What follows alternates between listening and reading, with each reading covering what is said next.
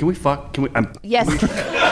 Barrett. I mean, Barrett, I guess. my wife is in the room, but if we want to have a conversation afterwards, The short answer is yes. coming right out with That's it. what, the $1,000 tier for that? Yeah, we don't have that membership level. Welcome to Behind the Sins, presented by CinemaSins. Welcome to Behind the Sins, a weekly look at everything going on inside the world of CinemaSins. I'm Aaron Dyster, and I'm joined as always by Jonathan Watkins. Hello, hello. And Danae Hughes. We write for CinemaSins and TV Sins and do various other things inside the CinemaSins universe as well.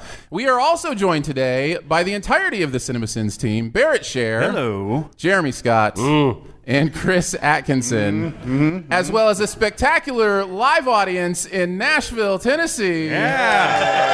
There it is. There you go. Nashville. Yeah, welcome to the Sin Week edition of Behind the Sins. We had fun last night. We were all out eating great food and hanging out together. Way to make everybody feel left out. No, well, that's part of it, right? Maybe they'll want to come next year. It's like, I see. It's psychological. It's a little bit of subliminal marketing going on. So we had a good time last night. Is everybody feeling okay this morning? Did we party too hard last night? Like, Yeah. Yeah. So what's just like? Do we need some sort of? I don't know how. How about water? How about we all drink a little bit of water? Water do it? I had one too many Cokes. I really did. No, seriously, I did have one too many Cokes, and I was up by myself while all of you were sleeping, talking to no one on the company Slack.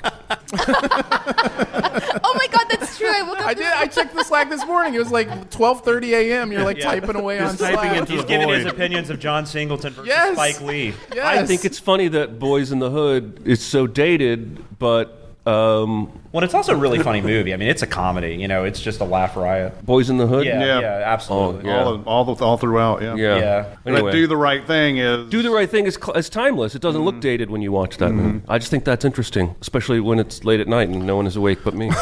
You remember that? So, "Boys in the Hood" was a rap song. It wasn't Public Enemy. It was Eazy-E. Eazy-E. And then like an emo group called Dynamite Hack did a white man cover of it. Yeah. Yeah, it was terrible. Yes. Yeah. All right. But Anyway, we all enjoyed it at the time, or laughed at it, or something or other. And none of us could talk about this on Slack because we were sleeping. It's true. Yes. It's true. Because I bleed soda, so it doesn't really keep me up anymore. Oh, I left my phone in the car last night, so I couldn't check any messages. But we got tweeted by somebody after an outtake, and I got really excited about that. Oh yeah, we should talk about when we talk In the about show Frozen proper? 2. Oh, Yeah, okay. Yeah, because that was I'll remember. exciting. I actually we send Frozen 2? Really? Yeah. Oh, okay. Yeah, it happened actually just yesterday. I should pay more attention to what we Yeah, do. yeah, you should. You're gonna have lots of great stuff to say about that video. I can tell Yeah. already. Let's go ahead and get into it. Let's get into the SinSide Scoop. What's he building in there? Pay no attention to that man behind the curtain. This is a true story. We're going to take a look at the videos from the week, the process of sending them, how we felt about the shows and movies in general. We like to kick it off with TV Sins. Now, how many on the panel watch any of the DC shows on the CW, any of the superhero shows? whenever we send them. Just when we send them? Sporadically. Which ones have you watched? Things. Who, me? Yeah. I've watched all of them at one time or another. Arrow's probably, oddly enough, the one I've seen the most of. But that was just because it was the first one. Is that one done now? Did they finish that one? Yeah, that just finished, yeah. But I haven't watched the last couple seasons. So I But don't they know how- still call the other ones the Arrowverse. Right. Go figure. Flash is probably the best one that I've seen. I saw like the first couple seasons of that, but then what's the one where there are a bunch of them? What is that one called Legends again? of Tomorrow. Legends of Tomorrow, when I've watched that randomly, that one's gotten it's really fun. Like and it's one you can come in and out of. I feel like they're just nobody's paying attention to them. Yeah. So they're just doing whatever the hell they want. Like they just recently did an episode that was a variation on the 1980 movie Prom Night, which is really weird. Yeah. Yeah, that's when you know you've arrived. Yeah. When you can do a variation on Prom when you can Night. take a 1980 For Jamie Lee sure. Curtis movie. And, Is Catwoman in the Arrowverse? not that I'm aware of. Batwoman is. Well, Batwoman is, so maybe. Batwoman. Which one is the Ruby Rose one? Batwoman. Batwoman. Yeah. I have not seen that Batwoman, one. But not Catwoman? But there is no Catwoman. And no Batgirl. I don't know. I haven't watched Batwoman, Or so I can't Catgrandma. tell you. And then Lois and Clark is coming next year. They've No, already it's Superman Superman and Lois. same thing. Well, yes, it's the same thing, but that's why I wanted to point out the difference. Thanks. Appreciate you keeping me on. I've watched every season of The Flash. It's the only one I've kept up with, and I do enjoy, these What about Flash the ones episodes. where they cross over? Do you watch? I do watch the crossovers. Okay. So like when they do, and I haven't watched any of season 6 yet, so I'm like way behind because my youngest son just started watching the Arrowverse stuff. He's like, Dad, wait for me, all right? I'm going to be to Flash season 6 and we can watch it together. So I've been waiting on that. Is that the kid that moved out? No, my youngest. My youngest. I was going to say it's going to be the kid that then. just got his driver's permit. So all my kids are driving Your now. youngest so. has a drive. Yeah, yeah. I'm what's known as old. So yeah, that's how that works. I've seen episodes of each of those mainly because of the podcast when we had Jeremy Simser on, and he did some of the drawings for some of these episodes. So I actually went out and specifically saw the episodes that he was on and everything. And I've also been on an Arrow CinemaSins script, so I've seen those. So. I thought you were about to say you've been on Arrow. I've been on Arrow. How did I not know this? Right. I won a contest. No, they were like, wait, you were in Last Castle. Get your ass over exactly. here. Right. We What need you contest now. would you have to win to get onto the Arrow? Ooh, that's a good question. Like, know something about oh boy, I wouldn't have won that contest. Be the 10th caller at Y107. Yeah, there you go. Yeah, exactly. Be the 10th caller. The reason I've stuck with Flash is pretty much the chemistry of the cast. I think it's That's a good cast. the best cast of any of those shows. I watched some of the others and I just couldn't stick with them, but Grant Gustin is a great Flash. Like, he's really good, and then the chemistry between Danielle Panabaker and Carlos Valdez is really good as well. Yeah, that's They hook up. What was I didn't Barrett with the know hand that. symbols already? Already Barrett's going to the Did they hands. scissor? I mean, I don't know. It's not a thing, Barrett. I mean, no. Didn't you watch Not- Booksmart? I mean, unless it happens in season 6, I don't Okay. think they've kind of had a relationship yet. It They're doesn't just seem friends. like they've got a sexual chemistry. No, or they've anything, got a but friendship They do chemistry. get along. Yeah. I like them to the point where that's one where if they ever, I wish they would use them for a Flash movie. They're not going to, but if they ever made a Flash movie, I would just prefer they use them. I agree. The other No, ones I don't totally really agree. care. But I totally agree. I mean, Melissa Benoist or whatever, she's fine as Supergirl. I mean, all of them are good, but they do have the best cast. Yeah. Do you like the Wallflower Flash, the one that's in Justice League? The I thought movie, you meant the movie Jacob universe Dylan was Flash? Yeah. Flash. He's fine. He's fine, but you like this other. This I do. Grant. I think Grant's perfect, and maybe that's just because I saw him first, and I've kind of gotten to know him as the Flash. But no, Ezra, right? But what is Ezra Miller. Ezra Miller? But what is it that those shows are in their own separate universe, right? They call yeah. that the Arrowverse, Yeah, right? That's it's their own separate thing. because that's why Superman Yeah. can be there. But DC's got their not- stuff together, man. They just Oh yeah, they're perfect. They know how to do that. All right, this was, by the way, a Hughes Watkins script. So Danae and Jonathan wrote on this, which means I will start talking about the video since I did not write on it. Hilarious stuff in here. I love the beginning where we treat the narration as like a red flagged relationship. Like all of a sudden the narrator is trying to be in a relationship with us and telling us we have obligations. That which triggers I me pretty hard. I thought that was hilarious. Yeah, I've worked for a lot of years at, breaking down the walls of feeling obligated to other people. So when the narrator's like, do me a favor, and I'm like, I don't know you. That's her blog, right? It's her narrating. First off, it's 'Cause a there's- blog. Well, yeah, there's 3 different openings to this episode. This is The Flash is Born. It's like the opening, the standard opening, and then it's the flashback of how he got to be the Flash, and then it's this fucking. Can we fuck? Can we? Yes. Barrett. I mean, Barrett, I my guess. wife is in the room, but if we want to have a conversation afterwards, The short answer is yes. His wife. I wasn't expecting a public proposition His wife's this a morning. principal, by the way. Did you know that? Did you know that? But, wow. I mean, Barrett, just coming right out with That's it. what, the $1,000 tier for that? Yeah, we don't have that membership level. The perks of being whatever. Ezra. I forgot the response. Oh no, yeah. Then you have to go through the blog aeration and stuff like that. Yeah. It takes like a full 5 or 6 minutes for this episode to actually start. Yeah. And it starts, the very first is a recap of the previous episode, fact, too. That's what I'm saying. Yeah, it's crazy. I'll go ahead and say the sin where we do the flashback or whatever. Yes. The reason that came to be as it was is because I was trying to what's a crafty flashback thing I could do here? It's like, oh fuck, his name's the Flash. Hey, you can't fuck.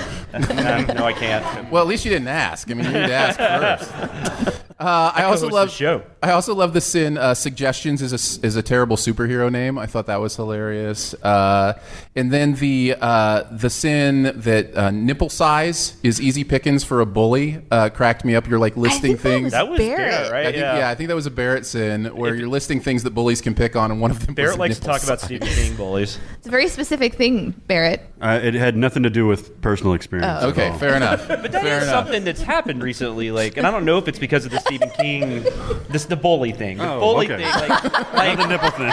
just insane bullies in TV shows and movies. That's yeah. become All a about thing Barrett's recently. nipples. That guy's a super bully. Like, he's got such a hard bully boner that he wants to he's gonna not only come after Barry, but after the blogger who's blogging about Barry. Yeah. Right. It's And the it's not weirdest even thing. from high school. It's from like preschool. It's when they were little kids. Yeah.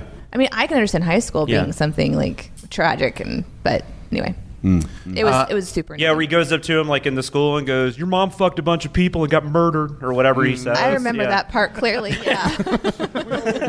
Man, the network shows are getting really raunchy. No, these days. that's the issue. That's what's coming up recently. Is bullies That's what young I'm talking about, bullies, yeah. like insulting their families. Like Scary Stories to Tell in the Dark did this just recently. It was like, well, go back to your dirty dad who did dirty things with things. And it's like, what bully involves family matters? Like, you're just supposed to focus on the person that you're you bullying. have pimples, you crazy person. Yes. It's not like, oh, I heard your dad's bad. Your dad drinks a lot, asshole. That was also because he called him Barry. I was like, this is a really dark episode of the Goldbergs. Your master teaches yeah. karate shit.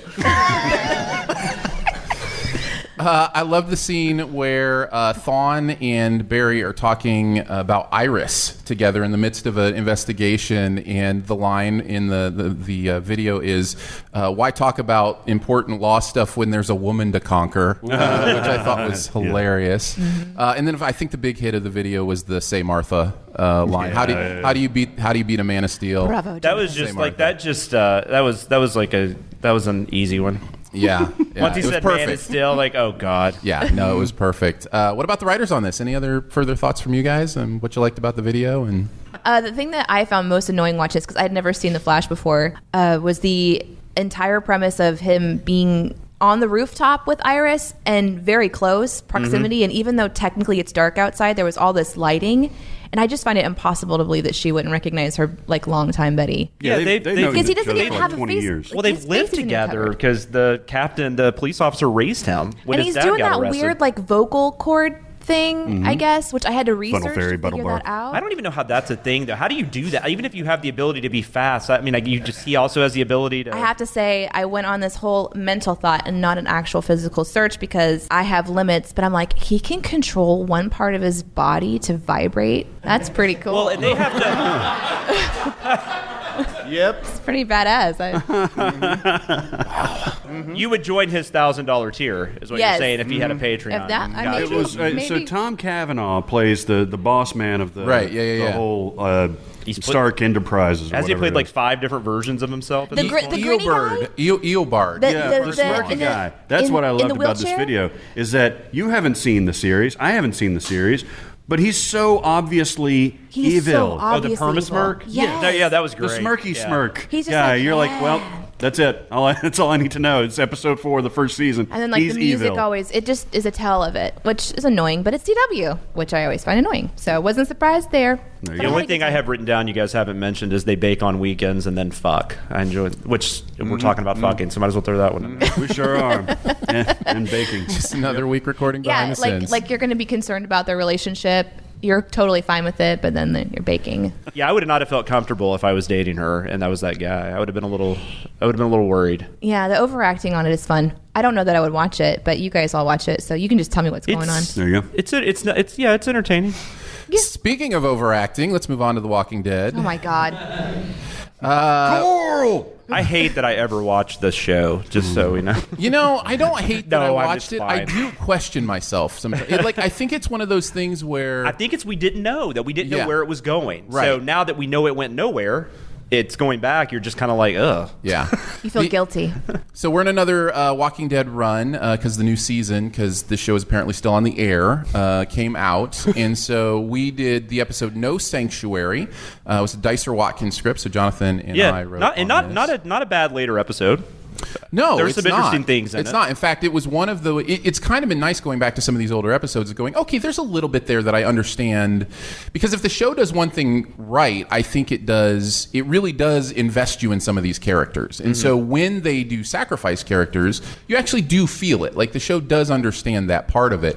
It's just overall the show. It just keeps doing. It just keeps putting itself in the same situation. And we didn't need the second bookend. Like we got it. Right. We got that they were nice, and then because they had to be, they turned into who they were, right? Which is super interesting, and that would definitely happen, I would think, in a situation. Well, it's just they had already expositioned us. Yeah, we already knew this for an entire scene. Yeah, we absolutely understood. And there's some really good comic moments in this one too. I love where the guy's about to swing the bat, and he's like, "Wait, hold a second, I need your shot count."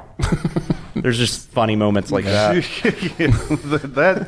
I don't watch The Walking Dead at all, and I watched this episode for this script and everything, and I was, of course, it's like 5th season, somewhere around there. Yeah. I've only seen the very first episode of Walking Dead, so now at this point I'm like, you doesn't even, I don't even know what's going on in this thing, and so I'm like, oh, these people are trying to get here, and these people are trying to get there, and there's a reunion at the end, and I don't know who these people are, so I don't care, and everything. But this episode, I found like it was pretty good. Yeah, this is the one that starts off with them over the trough, like That was a rude awakening, by the way. I had no idea the first that episode of that season. Yeah, no, AMC does not shy away from that. I had stuff. no It's idea crazy.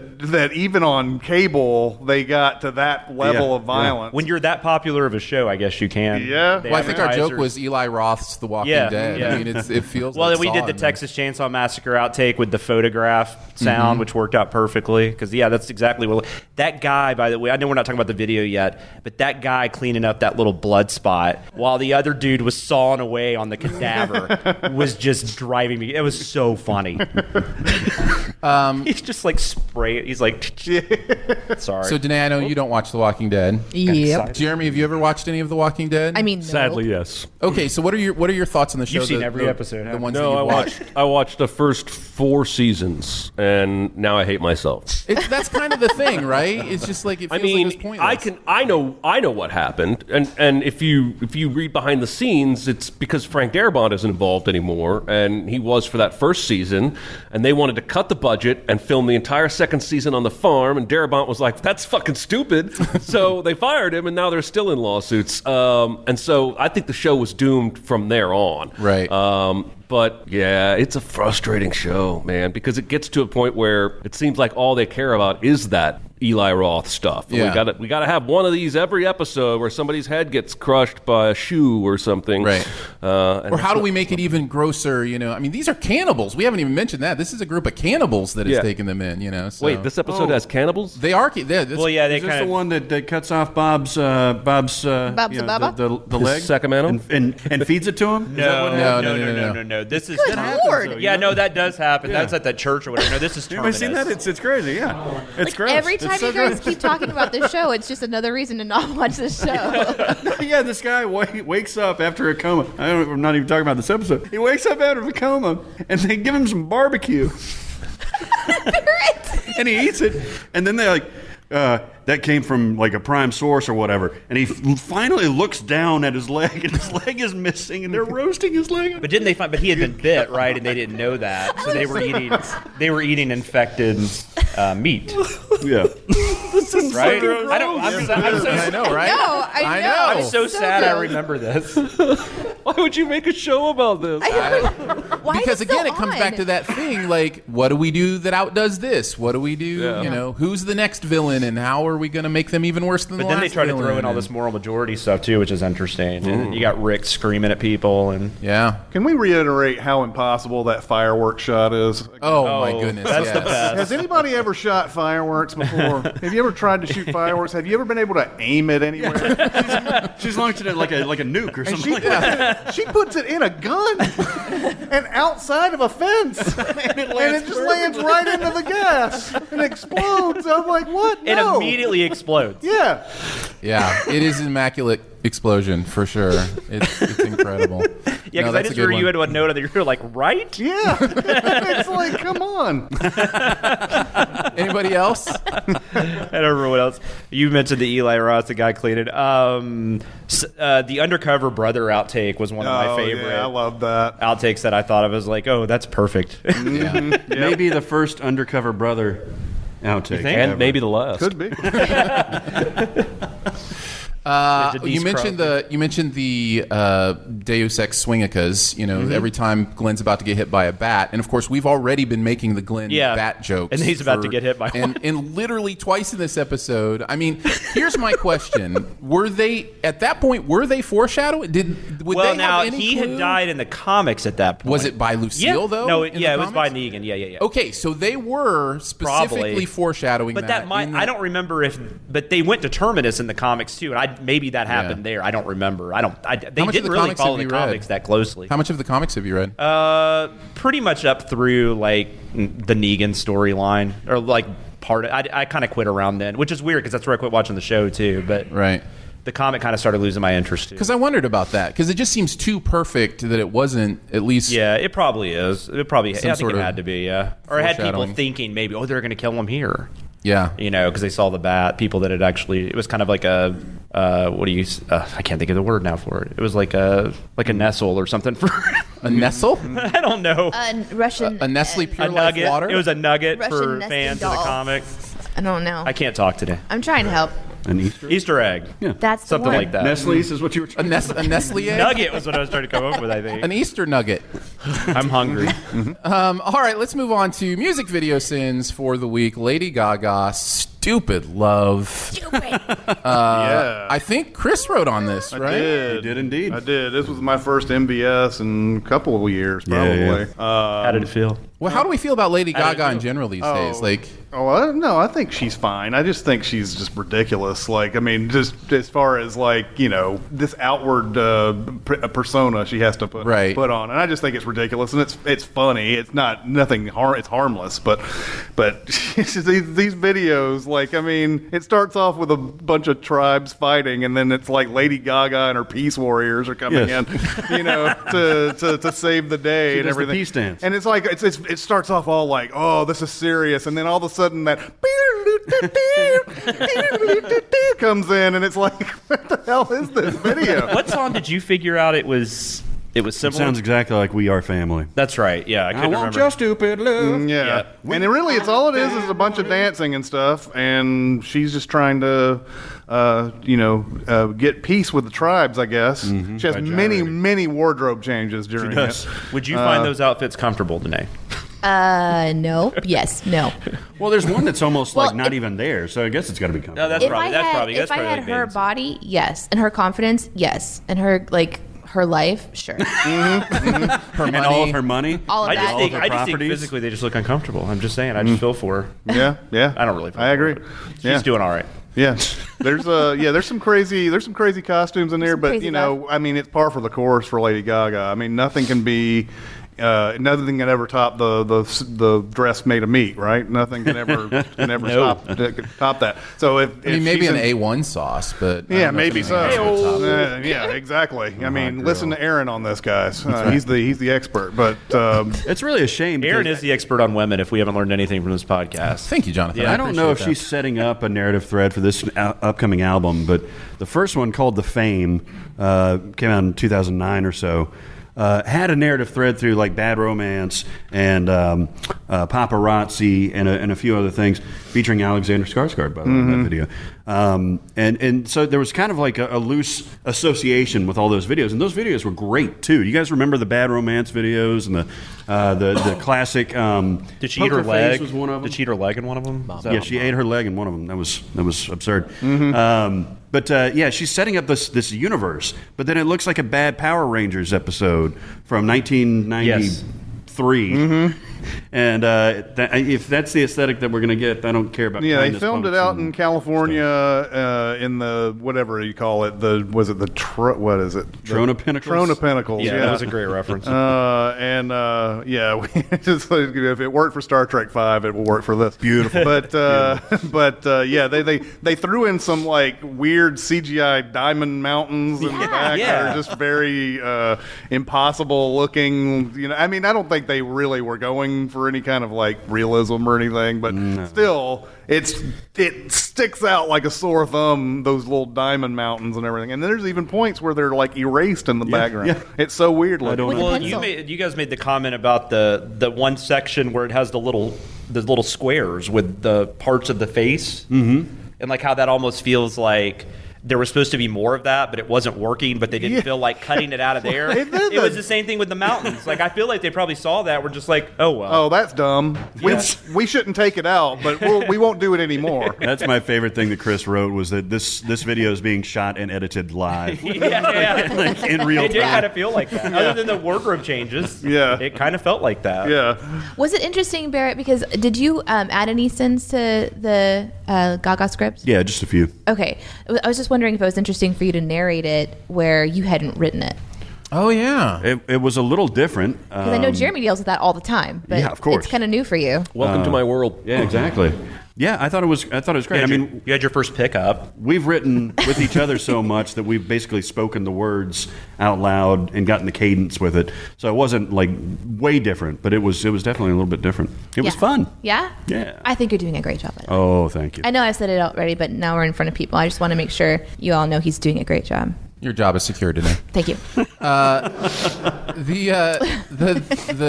Do you do the same thing Jeremy does in between narration, where if you mess something up, you just swear at yourself for like 20 seconds and then go on? Like that's one of my I feel favorite so things. bad for the editors. I mean, they're listening right Shout now, out but to I I mean, even like 2 days ago I did that. I'm constantly getting mad and going, "Fuck!" And then I immediately go, "Oh, I'm so sorry. I just screamed into the microphone. I forgot all about that." because it's all directed at us. Right? It's not directed at anybody No, I'm mad else. at me. It's like, why can't I form these words?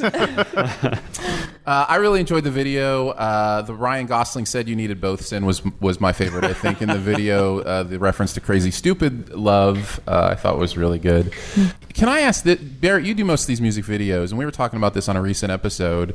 I feel like videos anymore don't care even an ounce if the video matches up with anything thematically in the lyrics. They're just like they have ideas and they don't have to do anything with like what the song is saying anymore. Is that generally the case? I think most people don't. Barrett's the expert. You asked him, so I'll talk. But I think at least Taylor Swift's videos correspond to her songs and the lyrics of those songs. But there are a great many that back when I used to narrate these, where there would often be a sin like, "What are we even doing here?" Right. Like singing in front of a parking garage. Like, nobody cares.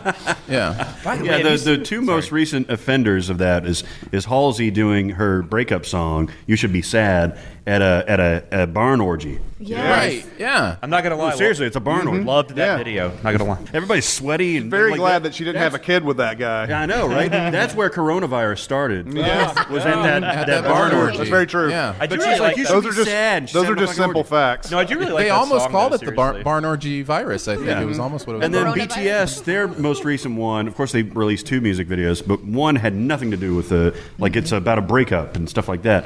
But then you get stuff like, it's going back a couple of years, but like Kendrick Lamar's "Humble," which That was a doesn't great video. technically have anything to do with the song lyrics themselves, but the imagery is so striking that it works somehow. It's like it's like a chef putting together polar opposite flavors and they work together. That was one of Right. the hardest ones to set.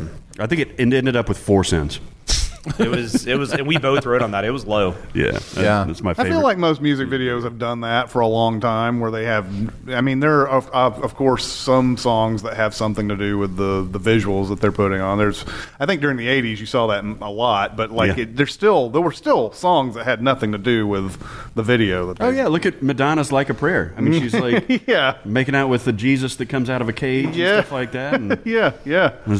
she's All in the name taking of him selling there. Pepsi, I mean, man. prayer universe, Jesus. It works. It's thematic. Any other thoughts on the Lady Gaga Stupid Love video before we move on to the CinemaSins? Yeah, she listens to the podcast, so hi. I love your work. Very nice. It is Sin Week, so there are a bunch of CinemaSins videos this week. We will start with the main channel videos.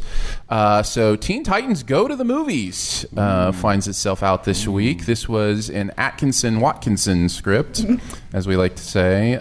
So who all has seen Teen Titans Go to the Movies? The actual movie. I have. The movie's awesome. I like it. I really like that movie. Oddly enough, I haven't seen it. No, I'm just kidding. Yeah, Barrett, tell me, so you enjoyed it. Yeah, I've been watching the series because my kid is now 12. He's been into it for a while. You guys watch the series Teen Titans Go?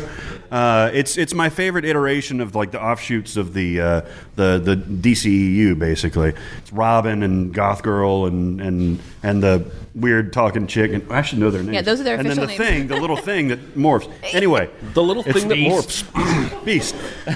So I pay very close attention. Can we just go back to the fact that he just called one of them the weird talking chick? But no, it's very subversive humor. It's funny. They're not taking themselves too seriously. Right. So it's a perfect recipe for the movie. I agree. I totally agree. I had a really good time with it. It's a fun movie. It's I don't think I liked it as much as the two of you, but my daughter and I watched that show as well. We used to watch it a lot as well, and we saw the movie together and enjoyed it. And then I watched it again for the Sins video. It was a pretty easy one to send, I would say. Like, even though at first I thought it would be tough, because a lot of the times with these types where they're not taking themselves seriously, sometimes it's hard to find a way around that. But I didn't find that too difficult. No. For whatever reason. Yeah, not at all.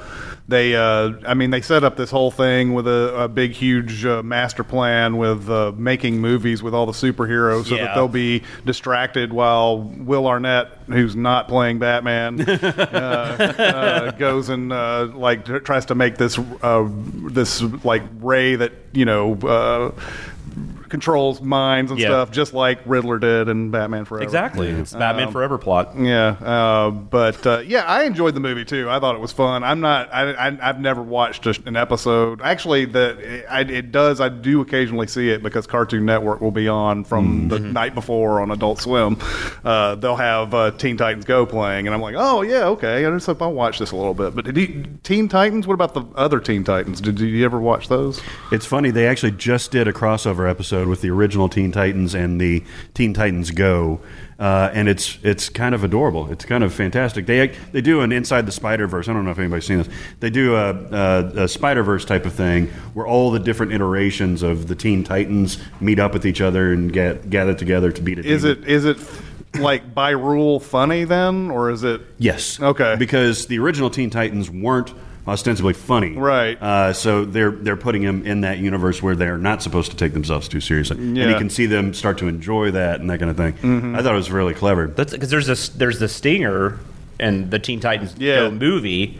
So I guess 8 years later or whatever. There you go. No, it was what it was. It wasn't very long after that. Yeah, it was. I guess it was the past couple. Maybe in the past year they came out with that.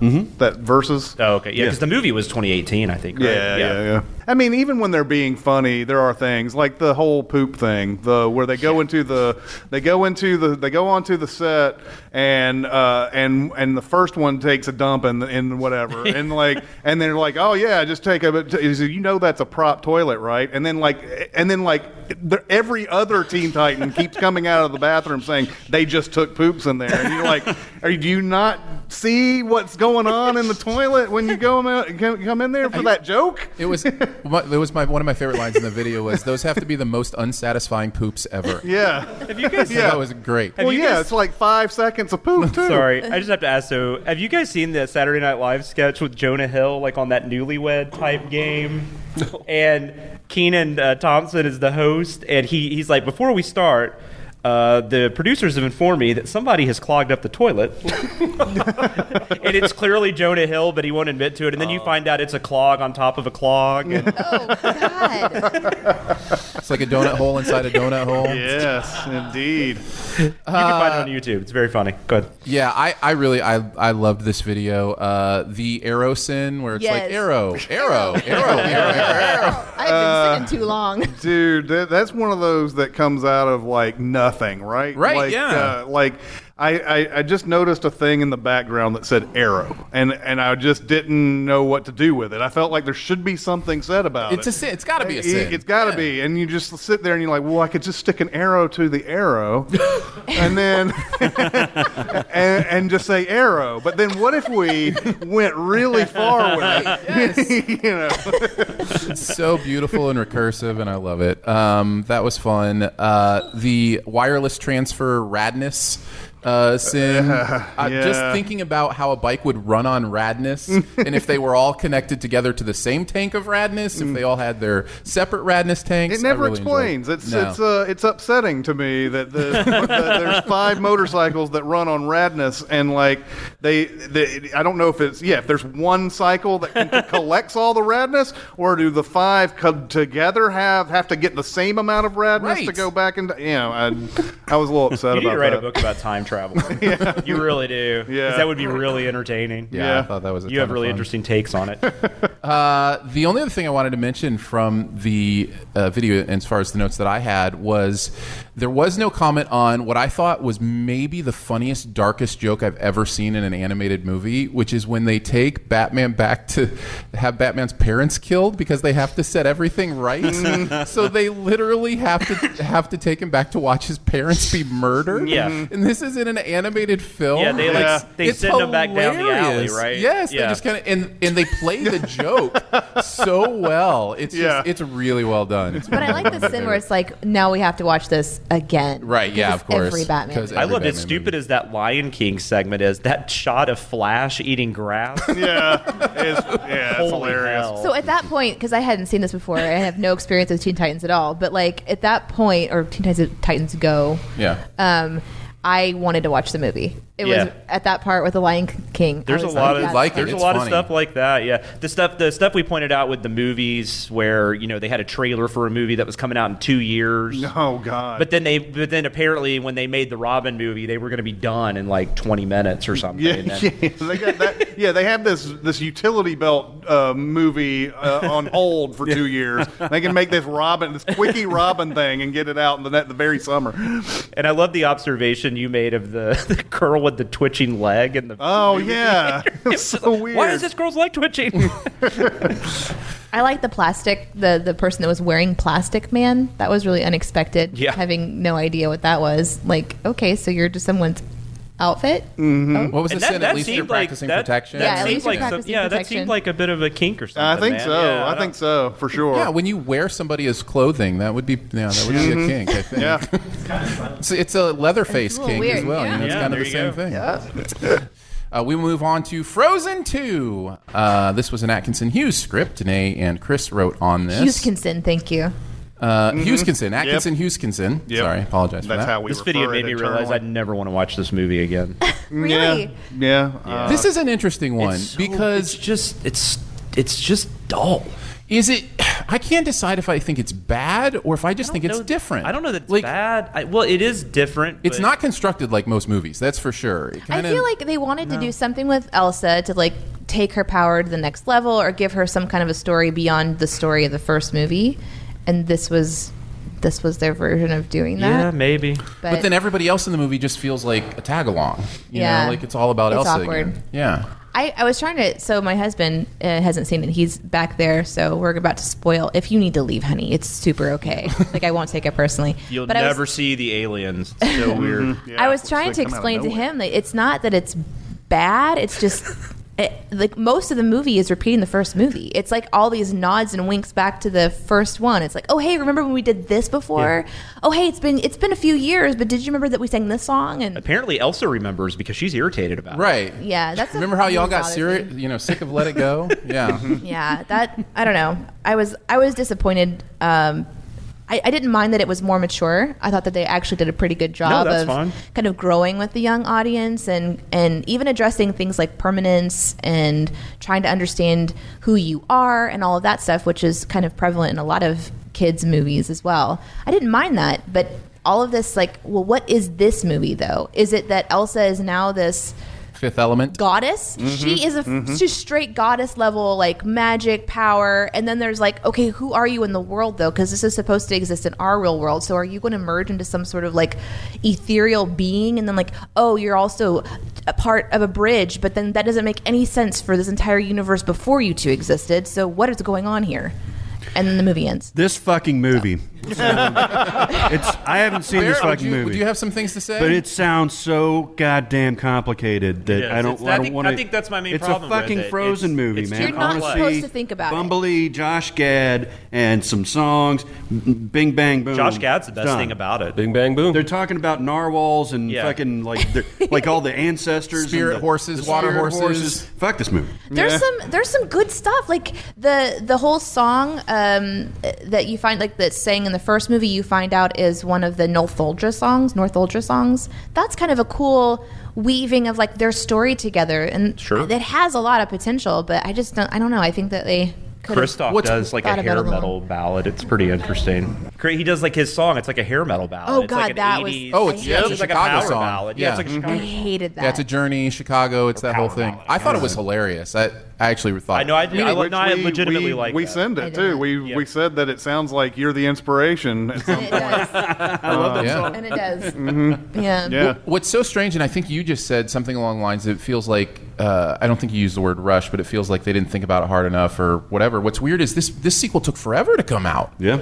They should have had plenty of time to get this right, but it does. It feels kind of There were a cobbled couple together. of things I really loved about it, though, and I guess I want to point out there's this moment when Elsa is on the death horse, the murder pony, and she's traveling murder across pony. the water to go to Halahamadaman place. It's the frozen place. Thank you. And they and she's sort of like having this moment where she's realizing she's about to come into her own power, and the animation is so powerful. Like she has real emotion in her eyes, and then she sings this song when she gets there that is like, it's a really powerful song. And then they did it again, right? Like they just know how to create these really important like musical moments that just give you chills or whatever. But the way that they animated it is she's singing it, but she's also like having this rush of like excitement and fear and overcoming, like, I don't know, a lot of expectations that she's the one she's been waiting for all of her life. Again, it doesn't make any sense, but the song in and of itself is what I'm talking about here. And she has this emotion, and she's like, the way that they animated it, she's like wiping her tears away, and she's smiling and she's shuddering, and it's just like, good God, that's what that moment would be like. So they nail some things. I just think that's perfect. So for that reason, I would watch it again, but I don't ask questions when you watch it. Just watch it to be like, oh, cool. What? Was it as good as Lady in the Water? No. Okay. No, that's the best But movie Chris, of all you time. said, because Chris and I had a, I guess, infamous mini pod where we asked my daughter for like 45 minutes what the fuck was going on. You said you understood it better though this time, right? Oh my God, I didn't understand anything the first time. The first, if I go back and listen to that mini pod, I'm going to like hit myself a bunch. Well, because you can just pay attention to my daughter's beautiful voice. Because thank God she was on that podcast, right? I had a bad experience because I went to a 6:00 Thursday show with all the kids and everything, and kids. Yeah, Ding. I mean, I'm fine with kids, and they definitely should have the room to do whatever they want to do in those movies. But I'm sitting there trying to understand it for a mini pod. Actually, it was the next week. That's even worse. It was the next week we did it, and I'm not. I don't have the best hearing either. So there's a lot of stuff that happens where people will say something quick or whatever, and I didn't catch it. So like none of that 5 element crap did I didn't even understand that at all. Right, I didn't even know that, like, I didn't know that the elements were showing up to them even, because I didn't. They briefly in that little montage at the story at the beginning talk about the 5 elements, and I'm like, yeah, okay, that'll show up I guess at some point. And then when the fire frog shows up, or fire lizard or whatever shows up, and you're just like, I didn't think, oh, one of the elements. I just thought, oh, weird frog on an island. You know, that's the way it goes. Which was originally the title for Muppets Treasure Island. It was. Weird frog on an island. Not very many people know that. That's true. Aaron with the knowledge, man. One of my favorite sins that you wrote was the merchandising strings. That when I read that in the script, I was like, oh god, that's good stuff. Like, oh, this animation's so good you can barely see the merchandising strings. I loved that. Well, Disney has. I think someone put out a video. It might have been Disney themselves put out a video about how to make characters that are endearing to an audience and everything, and those big eyes and all those little licking your own eyeball. Yeah, those little Super human endearing. expressions and things like that. They always dump all of that into these characters. So like when you see it, it's just too obvious anymore, and so stuff like that. So I didn't understand any of that. And when they were talking about these elements, I wasn't paying much attention because kids and all that stuff were running around, whatever crap. Rolling around. Just like a pack of. They were mingling. They're like, "Sir, what are you up to on Saturday?" It was unbelievable, that show, man. Unbelievable. No, it was just a bunch of kids talking and stuff during it. I also didn't realize until watching this one that Elsa genuinely just tries to kill her sister a ton. Like in the first movie, she zaps her in the face, and then she sends a monster after her when she comes to the castle. She sends like an entire huge beast, like creates it like to get her away, and they chuck her off of like a cliff. And then in this movie, she sends her on a doom flume. Like it was. And I mean, it could have gone. It could I have remember that crashed at Opryland. Could have crashed into anything too. Yeah. That's the thing. Like you've just gotten on this island. You don't know its geography and topography. You don't know any of that. You're just like, let's just send her down 1,000 miles an hour down a. Don't want to deal with down your a hill. drama. Bye. But I didn't understand. I also didn't understand that when Elsa, the first time I watched that, I didn't understand when Elsa was down in the Fortress of Solitude, where she's like learning all the memories and everything, that she shot that memory up into the air. Yeah. Did not see that in the first time. So when it came up and showed up in the cave to Anna later, I was like, how did Anna show up in the same spot where Magic. Elsa was this whole time? Goddess level She didn't. magic. She just threw her magic up in the air, and it just happened to find Anna, and so it's just the way that those type of things. Have go you seen it, sometimes. Jeremy? Oh, no. You didn't like Frozen, right? No, I didn't like the first one. Yeah. I do like that Into the Unknown song. Yeah. I like what they did with the Oscars too, where they had all the different. Yeah, that was cool. Oh, the international voices. Yeah, that was good. Do you like the Adele Dazeem version, or do you like the? I like the Adele Dazeem version. Was it Panic at the Disco? That does the one in the credits. Oh my god, that one's good, but I just feel like Adele Dazeem really. Is that when you discovered who Brendan Urie was? Yeah. Oh, okay. Holy shit! As soon as that one started, watching it, I was so like sucked in, and I couldn't believe that someone can sing like that for real. It just didn't. That blows my mind. So then I went and I panicked about Panic, and it was great. I highly recommend it. And also, if you want to know in the comments, there's a lot of explanation about why horses and salamanders represent things, which we didn't know. No. But apparently it's like Norse and shit. So okay. There you go. That's what it sounds like Greek to me. mythology, something about Poseidon. This is the Danae's teaching corner. Yeah. It's Norse and shit. I mean, if the movies themselves had anything Norse about them, then maybe that might make sense. We also learned something interesting when we were doing this, that like there's a photography moment in this movie where they're talking about, at one point in time, it was when Elsa and Anna's parents were little. He was reading a book that was like by a new up and coming author who is assumed to be Hans Christian Andersen, who wrote the Snow Queen, and so that is assumed to be like what he was reading about, which puts it into our universe. And then when the photography thing shows up, like, hey, we just had our picture taken, then we know that it's around the 1820s. So it's supposed to be part of our universe. So apparently there's a goddess out there somewhere. So maybe it's me. Holy shit. By the way, here my favorite part of the video that I was not a part of, and probably my favorite part of the video period, was just Danae's stuff that she wrote concerning the maps. and then our great editing team. They did such threw a in great all the, job. like arrow at work and all that stuff and everything. I thought those were really well done. Cool. So Yeah, those were fun. that drove me crazy. So she was up here, but then instantly she's down here. But then she goes all the way around and comes back in here Yeah. for dramatic effect. Whenever something like that, you read it on the page and you're like, okay, that might work. You don't know, and then it actually comes to fruition on the video. It's Yeah, really you leave satisfying. notes on these and you're like, okay, editors, here's the vision I have in my imagination.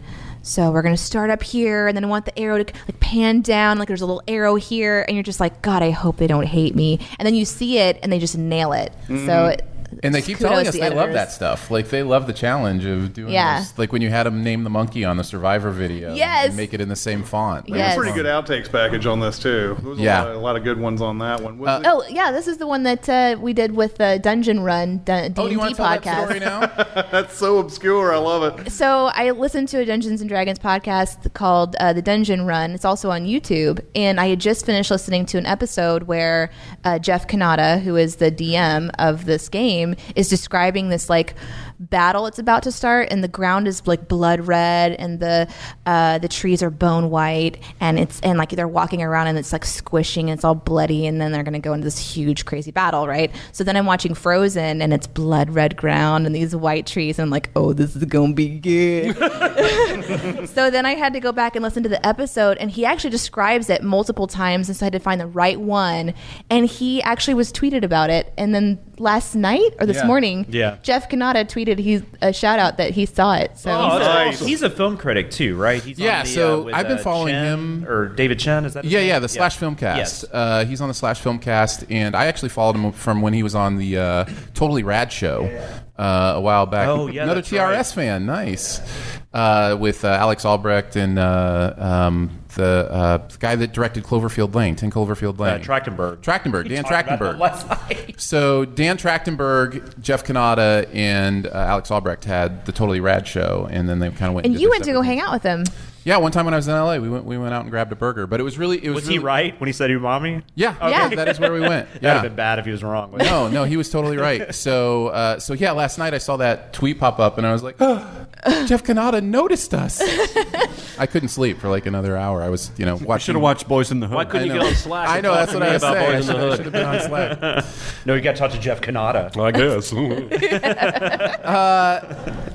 Olaf, you said, was the best thing about this movie. He was the funniest thing about I it. kind for of sure. agree. Yeah. He's hilarious. The whole fact that this movie does a thing where he names a character that isn't in the movie and it becomes a running joke is really funny and kind of subversive. I kind of liked it. I don't know that I've ever disliked Josh Gad, but between that and Avenue 5, I've definitely become to love him a lot more. Yeah, over yeah, this he's last great in year. those for sure. There's a hilarious interview with Josh Gad and oh god, she's like the ukulele player that won that reality music voice show.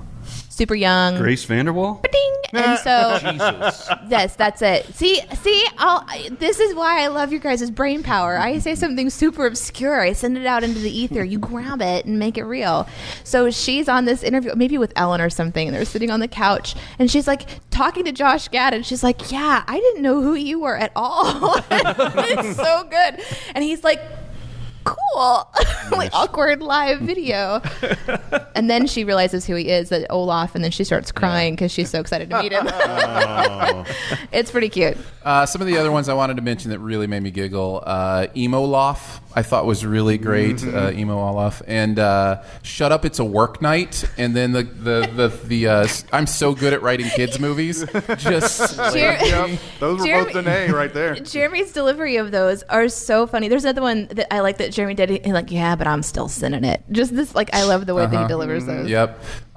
The entire section on the Infinity Braid was Oh, great. yeah. Now, that's something, if we don't have Danae, nobody's going to write about the braid at all. Nobody's going to know. Nobody's going to know that. It's so frustrating. How does it perfect like that? It's Yeah, impossible. I showed that to my Some wife. of our... Did some of our commenters figure out some Norse reason? Probably. Right. Probably. It's Norse shit. It's Norse Yeah. fashion. My wife does all kinds of crazy stuff with my daughters here, so I had her look at that. She's like, "Oh yeah, there's no way." Yeah, I did YouTube tutorial research before confidently writing that one, and people are doing them, but they look like trash, and then they have then they have part of it that's sure just do sticking today. out like this. Well, and the main thing is, like, my daughter with like a normal braid after like 2 hours it's insane. Yeah. You know, and she's like out in the wilderness and Yeah. you know, fighting and having her sister try to kill her and Crawling through the most convenient boat ever. Elsa. Yeah. Weird. Any other thoughts on the video? I like when you guys pointed out that they treated their queen like a birthday clown. That is crazy. She's like, here's a sculpture. Here's a sculpture. Like, would you go up to like Queen Elizabeth and be like, make me a balloon animal? Yeah. I mean, if she was great at balloon animals, maybe. Jeremy would do that. I would for totally sure. ask the queen to make me a balloon animal. Especially if she had a history of making great balloon animals. Yep. Like, Yep. right, totally. I mean, yeah, she has to be known for it. She You totally can't just do go it up to too, man. She seems cool. She'd be, yeah, the queen definitely could blow up balloons. I've watched The Crown. Oh my god, that's terrible. All right, let's move on You're to awful the member exclusive videos for this beautiful Sin Week. We will start with Game Night, which was Game night. Scott Share joint. So Jeremy and Barrett wrote on this. It is widely known, Jeremy, that this is one of your favorite movies of because Evers. it's awesome. So talk. Do you of feel mine, like you've too. talked too much about it, or can you talk I more feel about like there's not a lot new I could say. I was going to ask, like, watching through it again with kind of the Sin eye, did you like find new things to love about? You know, Barrett and I both noticed just how unlikable the two lead characters would be if they weren't lead characters in a movie. Right, Like, yeah, if they yeah. were real people in real life. They're basically psychopaths. And we root for them because they're our main characters. But everything they do throughout the movie is insane. Like, Yeah. most of these people are not very likable, honestly. Yeah, no, it's so well shot. It's such a unique comedy that treats itself like an action movie. So you know, most of the nitpicking was just for fun. There wasn't a lot of like issues that I could find. That's the thing. The first time I saw it, and part of the reason I loved it so much is that's what I came away from. I'm like the way, and the cinematography is amazing in this movie. The action is well done. I mean, it's better done than a lot of action movies. The score is killer. Yep. Like, oh my god, it's just. And it's I don't know what you would call this type of movie, but this is like my kind of comedy. Like, I don't, just great cast. There's a mystery. There's action. There's games. I don't know, but Yeah, no. There's games. and Jason Bateman. Yeah, yes. those two in particular, Jason Bateman and Rachel McAdams. Rachel McAdams is funny. This might be my Like, she's favorite legitimately performance of funny. hers. Like, literally. Like, I don't know. Yeah, it's up there. I mean, it's you see her do comedy in Mean Girls. Yeah. It's been a hot minute since she's really done. Yeah, no, that she's great in level other of comedy. things. Yeah. Yeah, you're right. They are dicks. I mean, the Jesse Plemons character is like one of my favorite characters in all of comedy. We noticed it from the trailer. The trailer. You guys remember the trailer where they go through all the wacky shenanigans, and then it shows Jesse Plemons eating this hork of like lamb chop and holding his dog, and he's like, "I really enjoy it when people come in." And then he recedes back into the darkness of his house, and they're all looking at him like, should we go in? Like, we have no idea. And that defines his character. His character is so amazing. Some of it doesn't work out. I don't think exactly how it's supposed to at the end. Well, that's the thing is that if you actually look at this movie logically, like I wrote this scene when Jesse Plemons shows up to save the day, and Jason Bateman's like, "Gary?" And I'm like, how are you surprised, dude? You left a bloody dog in his house. Yeah. You logged into his computer and you left that on. Like, I'm surprised you weren't expecting him to come save the day. That's the biggest glaring hole for me, is that they get the information they need. They leave Gary's house, and they just assume Gary's not going to follow up on all the blood. That was a lot of blood. It was a lot of blood. It was too much blood. That was too much. Yeah, well, the whole sequence of events that leads to that is some of the funniest shit I've ever seen. She accidentally shoots him, and he's so nonchalant about this bullet wound. He's just kind of like, "Oh man, you shot me, ow!" And then they have that wonderful surgery scene in the the best thing in the movie. the parking lot, So great. where she goes in. She goes in, and Jeremy's talked about this. She comes out, she's like, I got a sewing kit, and I got a knife, and they didn't have any hard alcohol, so I got a, what was it? I got a Chardonnay. I got a Chardonnay. And he's like, to pivot, honey. Way to pivot, honey. And he's being serious. And then he's like, what is that? And she's like, well, it's a home and gardening magazine. Because I know it's got a corn chowder recipe on there. I know you like that. And he's like, you know what? You're right. And then, oh my God, the length of cut that she makes. Just that moment when, after he's got the squeaky toy in his mouth and everything is silent and you just hear, he's chewing on it. God, it's so funny. It's got the classic, like, don't do it, I'm going to. And they just, that joke has been done many times, but they do it perfectly. They sell it, yeah. She's so good. The scene with the guy at the outside of the airplane, the oh no, he's dead. Oh, yeah. Like that moment is just perfect. Oh, yeah, her singing in the bar, as silly as that scene is, she's so good in that moment. Oh, yeah. You don't even care. The other big hole for me that I had fun with was the Fight Club dude just keeping his safe wide open, counting all the money in the fucking room, right in front of everybody, which is the dumbest thing ever. Egg.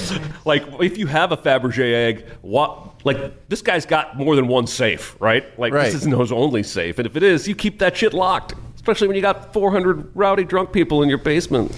Yeah, I haven't seen this movie and I didn't read the spoilers, so I have no idea what's going on. Oh my it's great. God. This is great. I really want to see it now. Yeah, just put it on the list. It's really, really funny. The whole... I mean, I love the video. I had fun watching the video, but I'm out of context. The celebrity encounter. Well, actually, I will spoil it because we've already spoiled it. The Denzel stuff is just some of the funniest thing I've ever seen. Because this is a major point of contention in this marriage. She fucked around with Denzel Washington, and when he finally figured it out, and you see dude's face when he looks at the picture, and he's like. He starts asking questions. It's like, did he tell you it was Denzel? And she was like, well, he did not tell me. He started to introduce himself, and I said, I know who you are. He's like, what kind of car did he drive? BMW? 3 Series. I took him out to the bar, and I offered to pay. He said that was fine. And then he took me back to his place, a 2-bedroom condo. He uses a second bedroom as an office. Oh, Jesus Christ. We've lost them. They're gone. Aaron, they're gone. No, it's great. It really is that good. It's so great. It really is that good. And what's amazing is you could, you'll talk about how funny MacGruber is or something like that, and it is. But Game Night has that added element of how well it's produced. It's not only that funny, they actually cared about the shots. And that's not, I mean, let's not take that for granted either. That cost real money. For them to shoot it like an action film, for them to do all the tilt shift stuff and all the little game pieces and all the visual stuff they did cost more than to shoot something like the way they shot Tag. But they convinced somebody in the studio to invest in that, and I think it paid off. It makes that movie stand out from a movie like Tag because of that. And it's the guys who wrote Vacation, right? They've been involved in a lot of weird it's stuff. The Freaks and Geeks guy. He was on Bones also. I can't remember his name. I know who you are. I didn't know that was him. He's one of the writers, yeah. He was actually the villain on Bones. You know that? No, he was a friend, wasn't he? The nerdy, Oh, not that nerdy guy. No. He ended up being like a serial killer, that guy. Yeah, that guy did. Okay, wrong guy. No, it wasn't him. No, the main kid from Freaks and Geeks. Are you talking about the writer? The guy from Wade, and he Mark worked on Perez. No, that's not. That's who it says wrote Game Night. So. Oh, maybe he was a director in that. Was there not? There were 2 directors. I thought there were a couple of writers on that. Screenplay Mark Perez, directors John Francis Daly. John Francis Daly. And Jonathan Goldstein. So director, I apologize. Okay. Yeah, that's fine. I knew the that. big revelation here is that you've Even I knew watched that. Bones. I've seen a decent amount of it. I watched the first Bones season good? of Bones because David Boreanaz was on it. I loved Angel. But I didn't watch any more than that. But I just read enough entertainment knowledge to know that the nerdy science guy on that he show ended up being eventually became a serial killer. Well, he assisted a serial killer. a serial killer. I watched up until that happened. It was like the first 3 seasons, and then I kind of got off I think I board. saw the first couple of seasons of Yeah, Bones. it Bones was on longer than you think it was. Bones had like 11 seasons, man. It wasn't bad for a procedural. Welcome to the Bones Cast. Like, recently, You guys watch Bones too, right? Recently, I did, I've watched a but I couple don't of remember movies that. where they referred to Bones. It was one of those things where I saw two movies back to back that referred to Big Bones references. Yeah, they made Bones references. So I was like, wow, Oh my I didn't God. know that was such Is a cultural touchstone. And then Chris and I have seen the Snoop Doggy Dogg movie Bones, which is very different. Bones the movie God, I don't is even remember the mystery. Is that right? What now? The Bones movie that came out. Is that what you're talking about? No. No, it's a TV series. What Bones That's movie? the Lovely Bones, and that's a whole No, different no, story. no, no, no. The Bone Collector. There is The a Bone Collector. That's what I was thinking. of. I've seen that. yes. I have seen that many times. So this movie Game Night. Right? Some of the things I liked about the video, you won't know what's real and what's fake. The original mission for CinemaSins, I thought loved was that really one. funny. I feel like we've been doing that. Like there was one even in Survivor last week, which was like actual things that were said during a staff meeting or whatever. Yeah. We need to have a list of them and have them actually up in our. We need to our make spaces. posters and Yeah. put them up in our. Yeah, that'd Yeah. be fun. All guys have keys in their pockets. Literally all. That makes no sense to me. No. He searches three dudes' pockets, finds one set of keys, and go, I found them. Those two other guys didn't have keys. I have keys in my pockets half the time when I'm just sitting in my house. I always have keys in my pocket. I don't even need them. They're just, but they're That in makes there. no sense I to me love at it all. when you make a declarative statement like literally all. There's It no is argument so to this. great. Absolutely It is so not. great. I am correct.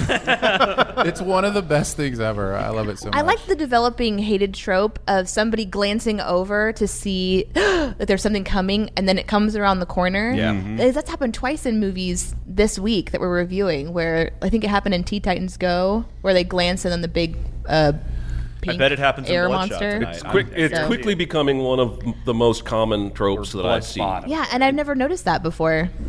I think he noticed it before I noticed it. I think you wrote the first one of those We sins. did one very early on the run. Very, You didn't very- see that shit, or Yeah. Movies have to do that because they don't want to tip the audience, Right. But if you take it from a practical standpoint, it's impossible. It is impossible. That's right.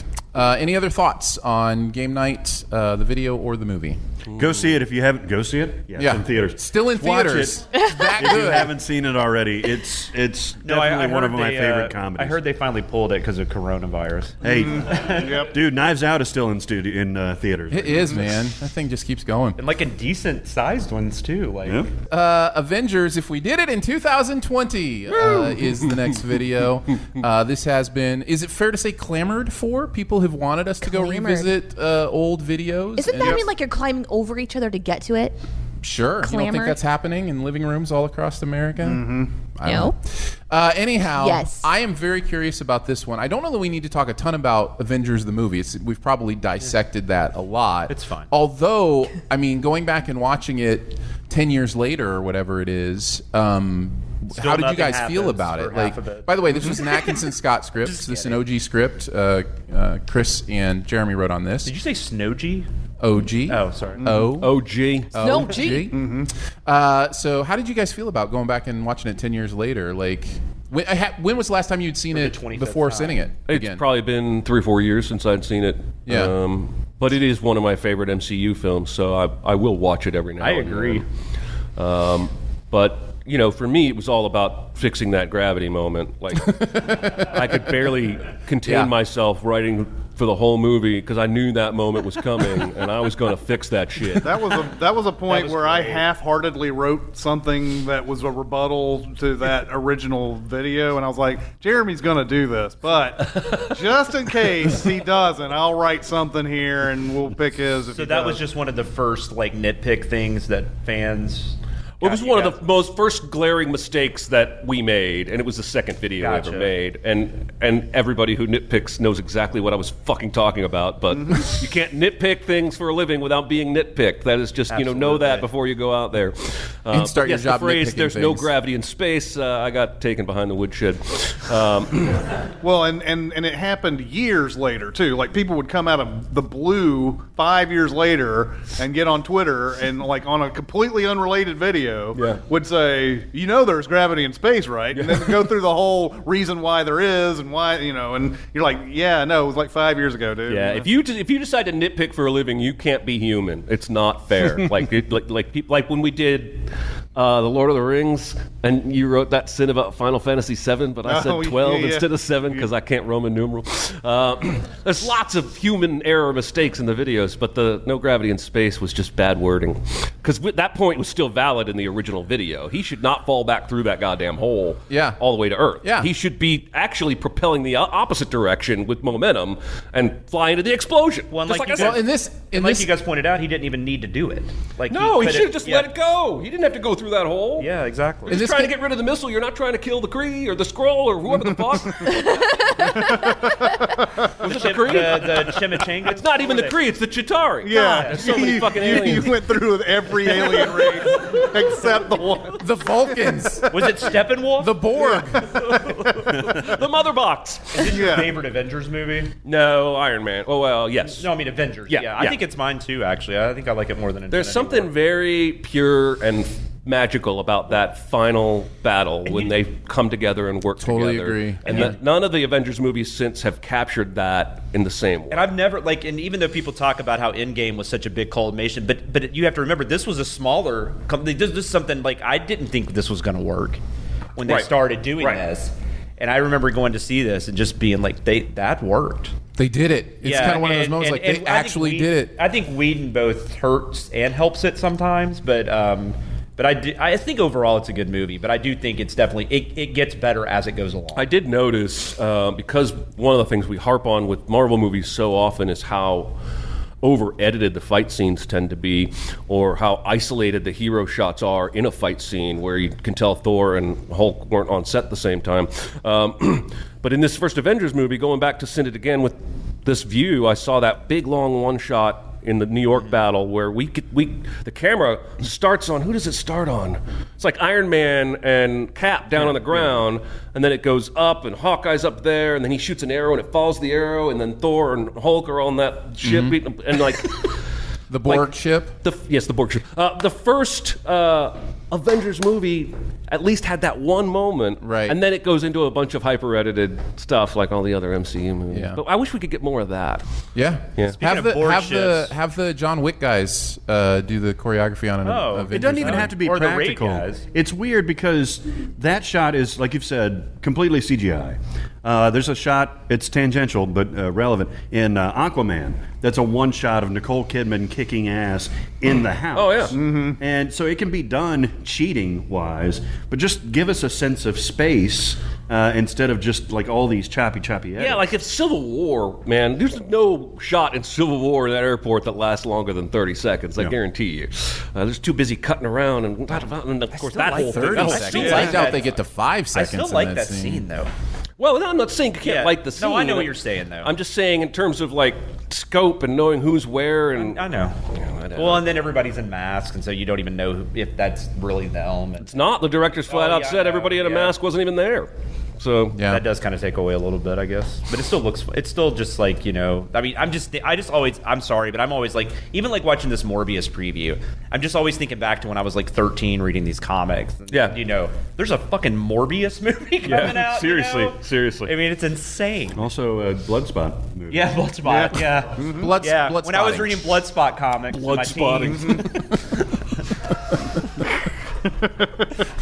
Okay. Oh my god. That was from PMS Comics. So I've been waiting for a period joke this whole time. Yeah, me too. I didn't want we Aaron got to have there. to suffer through that one, so I just made it myself. You did good. You took one for the team. Thank you. other thoughts on the video itself, on the fun time you had writing it, or some of your favorite jokes that you saw in it?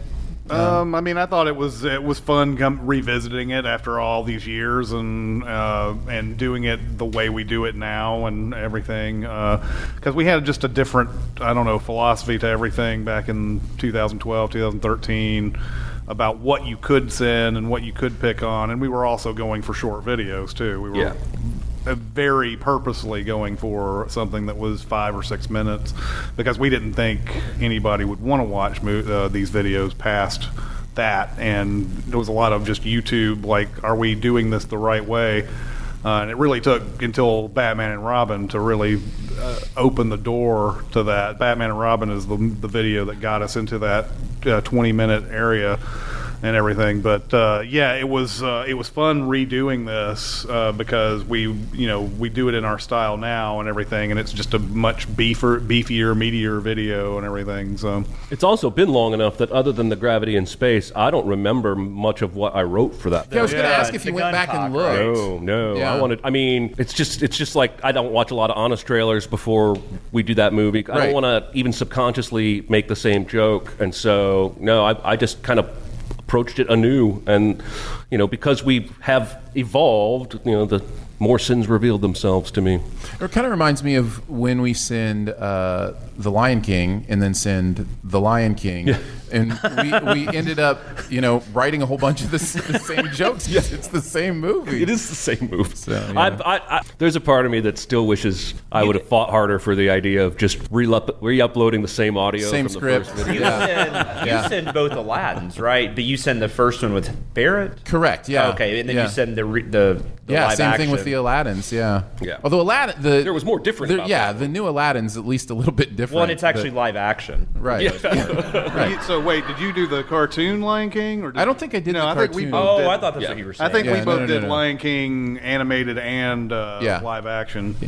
Yeah. Okay, I guess I was thinking Correct. of Aladdin. But the royal. Yeah, I got you. Yeah. Spirit! I hate that fucking song. I can tell. I hate it. All right, we will head on to Pokemon, the first movie. This was a Dice or Share script. Myself and Barrett wrote on this. What is Probably about 3 years ago. I was going to say, I was gonna ask. This was like my fifth script. I worked on this edit too, so I actually watched the movie also, and I just remember that was my first because I was too old for Pokemon, and so Me too. This was my first Pokemon. Yeah, experience. and I was like, "What the fuck is this?" Yeah, it was supposed to tentpole Detective Pikachu before it came out, and so we had it ready to go, and then I guess there's a company in Japan that owns the rights to this, and they do not have the same philosophy as some about fair use or whatever. So they just banhammered it, and so they were like, no, Yeah, so it is available for members. That's right. And so there is an element of it that's like, finally, my child is into the world, that kind of thing. Because I do remember, and not that it really has changed that much, but back then, I mean, like every video that I had written on that came out, I was just like giddy and excited and just like, this is a real thing. People are laughing at my jokes and, like that whole thing. And I was just like, man, whatever. But no, I'm just kidding. Wow. No. That is a journey. No, I say that because I still get that way. It's bad for you that this is doubling as your job performance review. Oh. Something that could have been told to me yesterday. So anyhow, it is fun to kind of to see it get out there. But I am curious what everybody's Pokemon background is, because this was my first. I don't know shit. Yeah. Like, I know this guy right here can draw all of them from memory. Like, he knows all of them. I see it on Twitter. Let Every the record time he state draws that Jeremy Pokemon, is I'm pointing like, to Mr. Collect It. he makes me feel 10 years older than the last time I saw a Pokemon. Yeah. I didn't know. This is the extent of my Pokemon knowledge. When this movie came out, to Hollywood 27, where I was working. Pokemon, the first movie? Yes. Yeah. We got a shit ton of Pokemon cards. At the time, Pokemon cards were like a big-ass deal. I turned around, sold half of those things to like a comic store guy, and I made a bunch of money on it. Nicely done. Did that movie even do well? No, nobody came to see it. I mean, I'm sure it did well overseas or something. Well, they made a ton of these movies. I believe that's right. I don't think I'm they made a talking bunch. Because I had a sort of mental struggle with whether to do this one or like two of the other ones that were on the that they had come out with. Are Pokemon cards still a thing? Yes. Yeah. Oh, yeah. It's like I used to go to Borders, and I would see kids in the back of Borders bookstore, like either playing some kind of game or like trading them or whatever. They still do that? Yeah. Well, the whole Pokemon Go thing, I would assume, made it kind of. That was a thing there for a moment, wasn't it? 30s who do that Pokemon Still is. Go. I know people who are in their 30s that do that Pokemon Go thing. It's the equivalent of having to like step around kids in a store doing TikTok videos. No, it's the exact same thing. I feel like I offended some people, so let me clarify. Yes, it is still a thing, but there for a moment, I couldn't go to the local park. Like, I couldn't ride my bike through the park because there were groups of hundreds of people gathered looking for Pokemon. Piggly-Wink. Yeah, so like for a moment there, it was a movement. What? Is that what it's called? Piggly-Wink? I made up my own Pokemon called Piggly-Wink. You said it so confidently. I was like, that must be a thing. Well, Danae, what's your Pokemon experience? I think there's an alternate reality where I would be super into Pokemon, Yeah. but I missed it just slightly. Like Magic the Gathering, almost made that one. So there's like these games or these like universes where it makes sense to me to have like characters that have powers, and you know like which ones go against each other. And I dig that kind of stuff, but I missed the curve. So I know nothing. So my only experience... Except for they're cute. Yeah, they definitely are that. My only experience with CCGs, collectible card games, is the X-Files collectible card game. I had like every single card. Nerd. I didn't Sorry. know that existed. Yeah, Those are actually worth negative money And, now. I had like a board with all the official tokens. It was like You're actually pretty paying cool. out monthly. Just Yes, I am. Yes, exactly. The most that I became like aware of the universe and tried to get to know was when we did Detective Pikachu, and I did a lot of research at that time to try to like at least honor the whole world of Pokemon, because I didn't want to make some kind of reference that was really off base. like there's no gravity in Pokemon. Right. Yes. Yeah. We'll have to talk about the one that I wrote for that Star Wars animation one that we did, where I got taken to the Oh, I did too. Taken to the cleaners the on gravity. Well, no, it was like motion. Yeah, Flying Danae had her gravity. own no gravity And- space Swimming in moment. gravity. Yeah, and it was likened to yours. So, I mean, I have But we- The comparatively. whole idea of swimming we in both- space and can you Yeah. swim in a We vacuum? both researched That's it. impossible. And people are like, Thank well, you. it's technically not a vacuum in space. There's Oh my atmosphere. goddamn. It's like those people are the people we're like spoofing. I know. Hey, I get it. Yeah. Jesus Christ. But anyhow, I did a lot, and I really did enjoy it. Like, I don't know, I get curious about it, and then I want to lose all sorts of time looking at the research. Like, who's Mewtwo? Why is he so powerful? And then there's the other side Or of that she. coin, which was me in this video, just pretending like the narrator didn't know anything and was just Yeah. making up Pokemon names Yeah. every time That he was saw great. one, like Spoon Guy or. You know, Or the was He's it literally sitting there holding spoons. the one that I liked was wasn't there one that was like the most powerful Pokemon is Jesus? Yes, yes, that I was- loved that one. yeah. Who's the Pokemon that eats his own leg when the zombies come? Is that Bob? No. Aaron? No, that's Barbecue. Barbecue. Barbecue. Barbecue Kachu. Yeah, Barbecue. Nice. So watching this was an experience Yeah. for me because I'd never, seen any Pokemon stuff. It is all sorts of nonsense in this thing, And it's like a 10-minute movie. Yeah. I mean, Well, I mean, not quite, it's like but 60 minutes or something, or 70 Right. maybe. Yeah. It goes by really quick. It's funny because sometimes we'll watch movies that are made in different eras, and they're like an hour and 40 minutes, and then you're like, man, this is a really short movie. Because TV shows that we send are now like 90 minutes, some of them, especially like the first pilot where they do like 2 back-to-back. So you're like, oh, yeah, I can send this show real quick. It's going to be like 45-minute show, and then it's like 2 hours or like long. you turn Brooklyn Nine-Nine into like an 8-hour movie or something. God. Whew. But then going back on these ones, it's nice to have like a little 90-minute movie. yeah. They kind of flow a little bit better. Okay, I think it got like a Japanese release, and then it got cut down to an American release, and then the title changed, and then it was like 2 movies spliced together, Oh, like no. a weird Frankenstein Pokemon type of thing. And it starts off with this really super dark Mewtwo, like existential dread, and then it kills a bunch of Right, assholes. yeah. And then it cuts a fucking like sunny mountaintop where he's like, "Oh, I'm eating stuff. Pikachu is." He's got like a stew or something up there. Yeah, my God. Yeah. I actually don't mind stew. the stories behind this movie, but the movie itself is just chopped up to where you can't follow it. You just don't understand. Was your son into this? And at who all? are Okay. what's the Salt and Pepper bad guys? What's their name? Bebop and Rocksteady? Yeah, Bebop and Rocksteady. Yeah. Is that Teenage Mutant Ninja Turtles? I don't know. For me, everything and so it's like it's interesting because I think people who love it, all that stuff means something to them. But in a movie like that, it all feels forced to somebody who's not familiar with it. It all feels jam packed in there to just be there.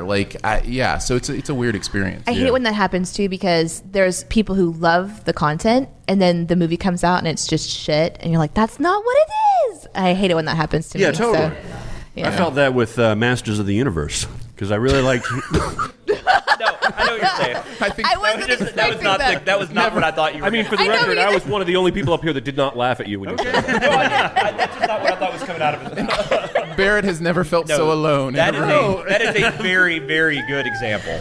Yeah, I mean, I loved He-Man growing up. did I was too. like, fuck yeah. Are you pumped about Kevin Smith's new? I'm watching it for sure. I think it'll be fun. Nice. Random side note: She-Ra, Princess of Power on Netflix is awesome. Is it a new version or is it? Yeah, they rebooted it, and she's like appropriately Glad. Yeah, she looks like a 12-year-old. Does she have a blog? I don't think people probably a Twitter. I don't think people realize how bad that movie is, though. Like, because I don't think a lot of people have seen it. At least I feel like people realize how bad it is. I hope so. I hear it's got a fan base. At least the people who've watched it realize If how you've bad watched that it, you movie know. is. It's got a fan base, though. Any thoughts on the video? No. No thoughts on the video? No, I think my favorite was the Jesus Pokemon. Yeah, the Jesus Pokemon is great, and I was glad that I got to think of different names for Mewtwo, because how boring a name is Mewtwo? Like, that's what you're going to come up with. Well, So- especially because he's based off of Mew. right? So he's The Mew fuck? too. Yeah. We Yeah. shall call him Mewtwo. Come on. So yeah, and Go fuck yourself. all right, then we can move on to the final video, Today's which favorite. technically isn't even out yet for members. It comes out Oh. tomorrow, so you guys will be able to see this video tomorrow. gonna as ruin far it as for when, you. when we're recording this. But that is Love Actually. We are finally sending Love Actually. Is it though? Is it Love Actually? Is it actually Love Actually Love? Actually, Yeah. love. Yeah. This was a Hughes share script, so Danae and Barrett wrote on this and disagree vehemently about the quality of this movie. So fight. There's so many fucking people in this movie. Okay.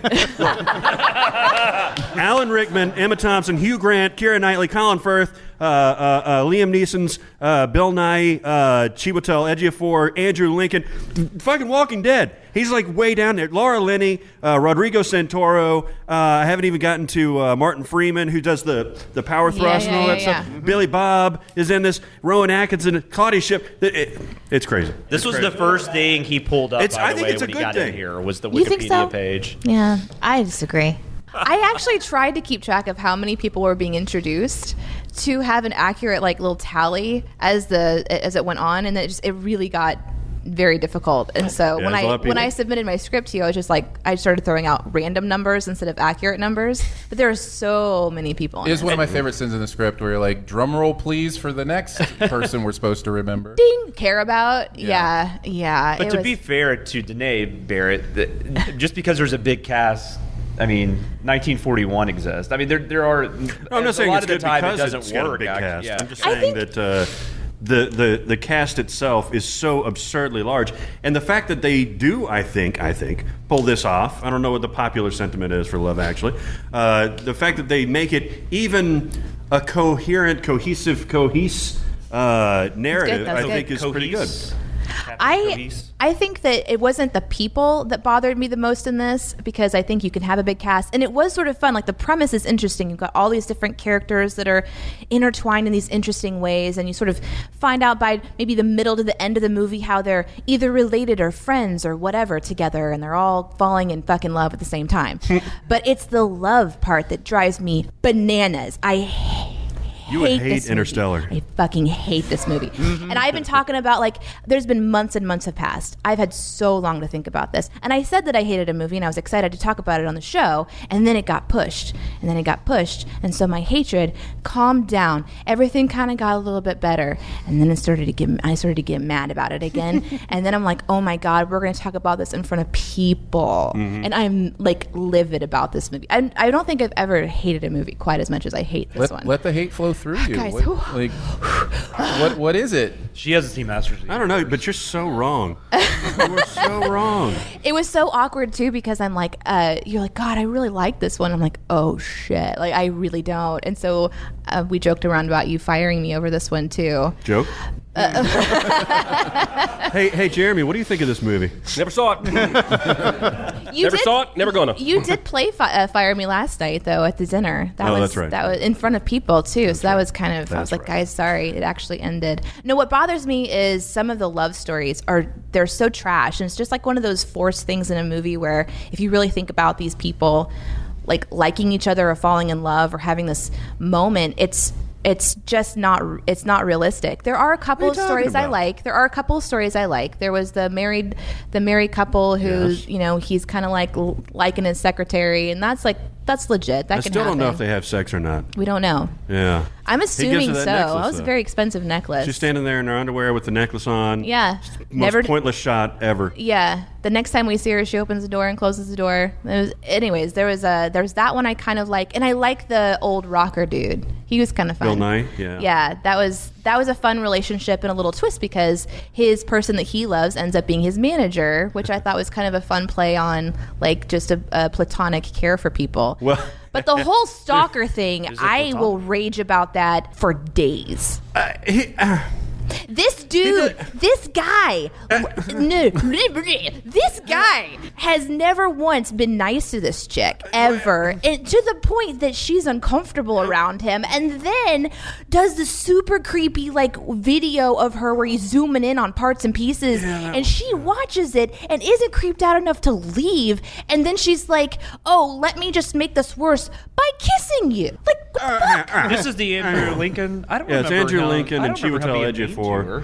He was rude to Keira Knightley because he had to provide distance because he was so in love that he had to push her away. Right, You know what I mean? Yeah. But yeah, the video was weird. But then after she kisses him, he goes, that's enough. Yeah. Really? Yeah, well, That's the culmination of your obsession with a woman for all these years? he Is knows you get a it's smooch and it's over? unrequited. You know, sometimes the kiss Having isn't not right, seen the isn't movie, good. I totally agree with Danae. This sounds fucked up. It is fucked up, but and I'm not saying it's realistic or anything like that. Oh, but she man, doesn't that kiss pisses him me until he off. does the Bob Dylan subterranean homesick alien thing. How can you argue with that? God. No, she doesn't kiss him until then, and she does leave at that point that she sees the video. She's like, "Whoa, that's fucked up." But then you don't see any interaction between them until Until he shows up again. This time says, don't tell your husband I'm here. I'm going to profess my love to you silently with music. Yeah, by the way, that's the weirdest subtle nudity that I've missed in a video before. I didn't... Because in one of his cards, he's like, in 10 years, I could be, or in a year or whatever, I could be dating one of these girls. I remember the notes And on it's that. a bunch of like models and stuff like that. And after looking at it maybe 5 times, I was like, I think I see a nipple. And there was like a woman in a see-through thing. I was like, God damn it, get that nipple. Stalker shows up with a collage of naked people and then says, and I'll love you until you look like this, and shows her dead people. Liam Neeson's storyline though now. Let's hone in on that guy. That guy having a great love story at the end would be great. But instead it turns out that it's a lookalike to like a celebrity crush. What a weird Liam way Neeson? to kind of like... It's Claudia Schiffer. Yeah. And he Claudia mentions that Schiffer he could get shows up and then with he's like, Claudia Schiffer. ooh, I just you're always my think of the thing celebrity with his crush. kid. I guess you're my love forever. And then on top of that, there's another story going on where some guy is dating a girl that's fucking some other dude, and then he skips the country to go right and falls in love with someone who doesn't even speak English. What is that? What? Yeah, I don't... What's the problem with that? Please take that out of context and throw that in the outtake. She's fucking his brother, by the way.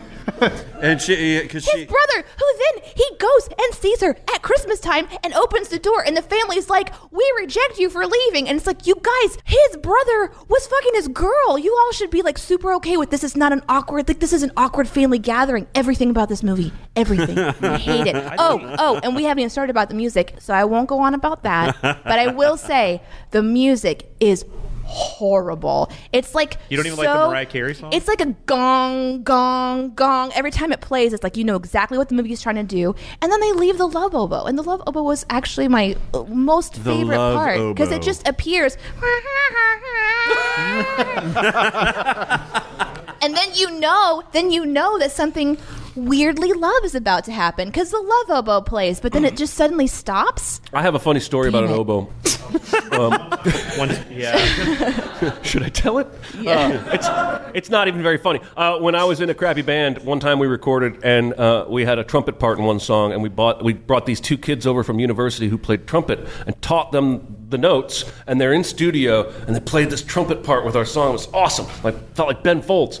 Then in this other song on the same recording session, I used an oboe on my keyboard, an oboe sound for this like interlude, which I thought sounded fake as hell. Everyone I ever played that record for said the oboe sounded like it was live in studio and the trumpet sounded like a keyboard. Oh no. That's messed up. Ever since then, I just use a keyboard for everything. There's no fucking point. That's right. I thought that was a great story. I definitely had the love oboe written down. I thought that was hilarious. Beware the love oboe. For whatever reason, the way Jeremy says, also fire Kevin immediately, really cracked me up. Yeah, that's a bit of 2003 humor thrown at you. Right, He's yeah. like, don't overserve Kevin or he'll get handsy by like 10 Yeah. o'clock. It's like, also And we're like, fire what the that guy fuck? immediately. We're going to have an office party where Kevin's going to get drunk and grab people. Yes. But we're going to keep him on staff. Yeah. Another rage.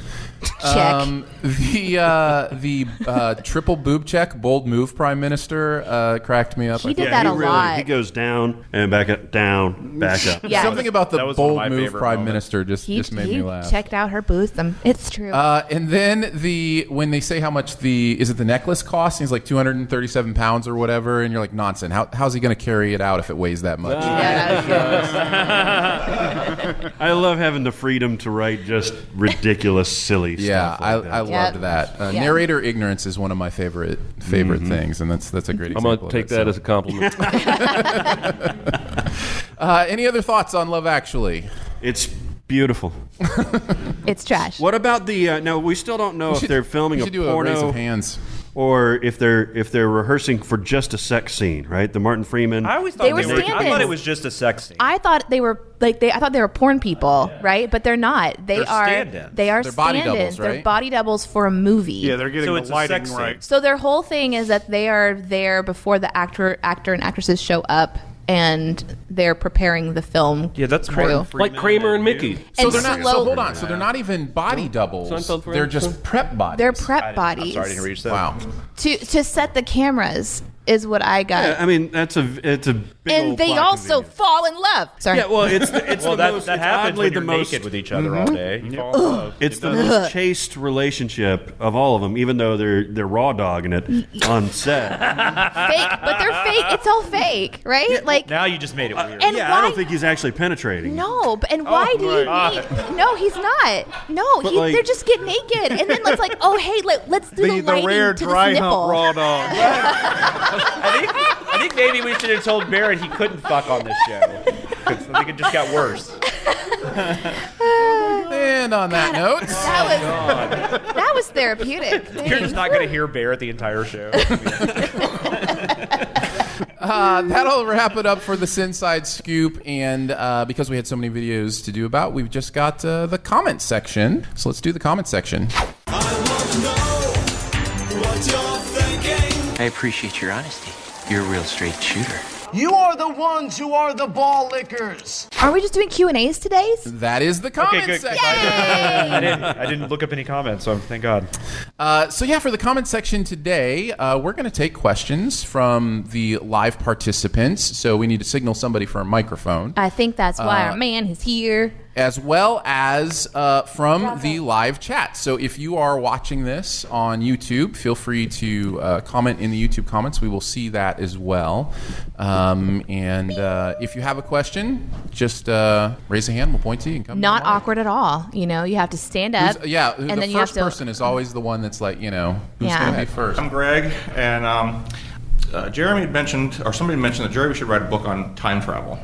Okay, so Chris, I want to yeah. ask each one of you guys, if you could go and sin a time travel movie, what would it be and why? Because I don't think I've ever seen, I don't know if you guys have sinned any time travel movies Just in the past. Endgame. We've done Back to the Future. We've done all the Terminators. Oh, that's right. Yeah. And Goddamn time traveling Robo. Or if you could pick out your favorite one that you would want to sin that you haven't done yet. Oh, okay. What would it be and why? Well, I mean, the only one that's left really is Back to the Future 3, I think, and I think we've already sort of said that we're going to do that at some point, but I don't know when. What is that super low budget Primer?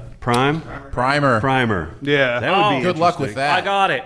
Time Cop. Yeah. Time Cop. Time Cop would be awesome to sin because that movie is bonkers. Yes, Yeah. that would be a It's perfect insane. one. That movie doesn't care about time travel rules at all. That's a great Roger Ebert movie too.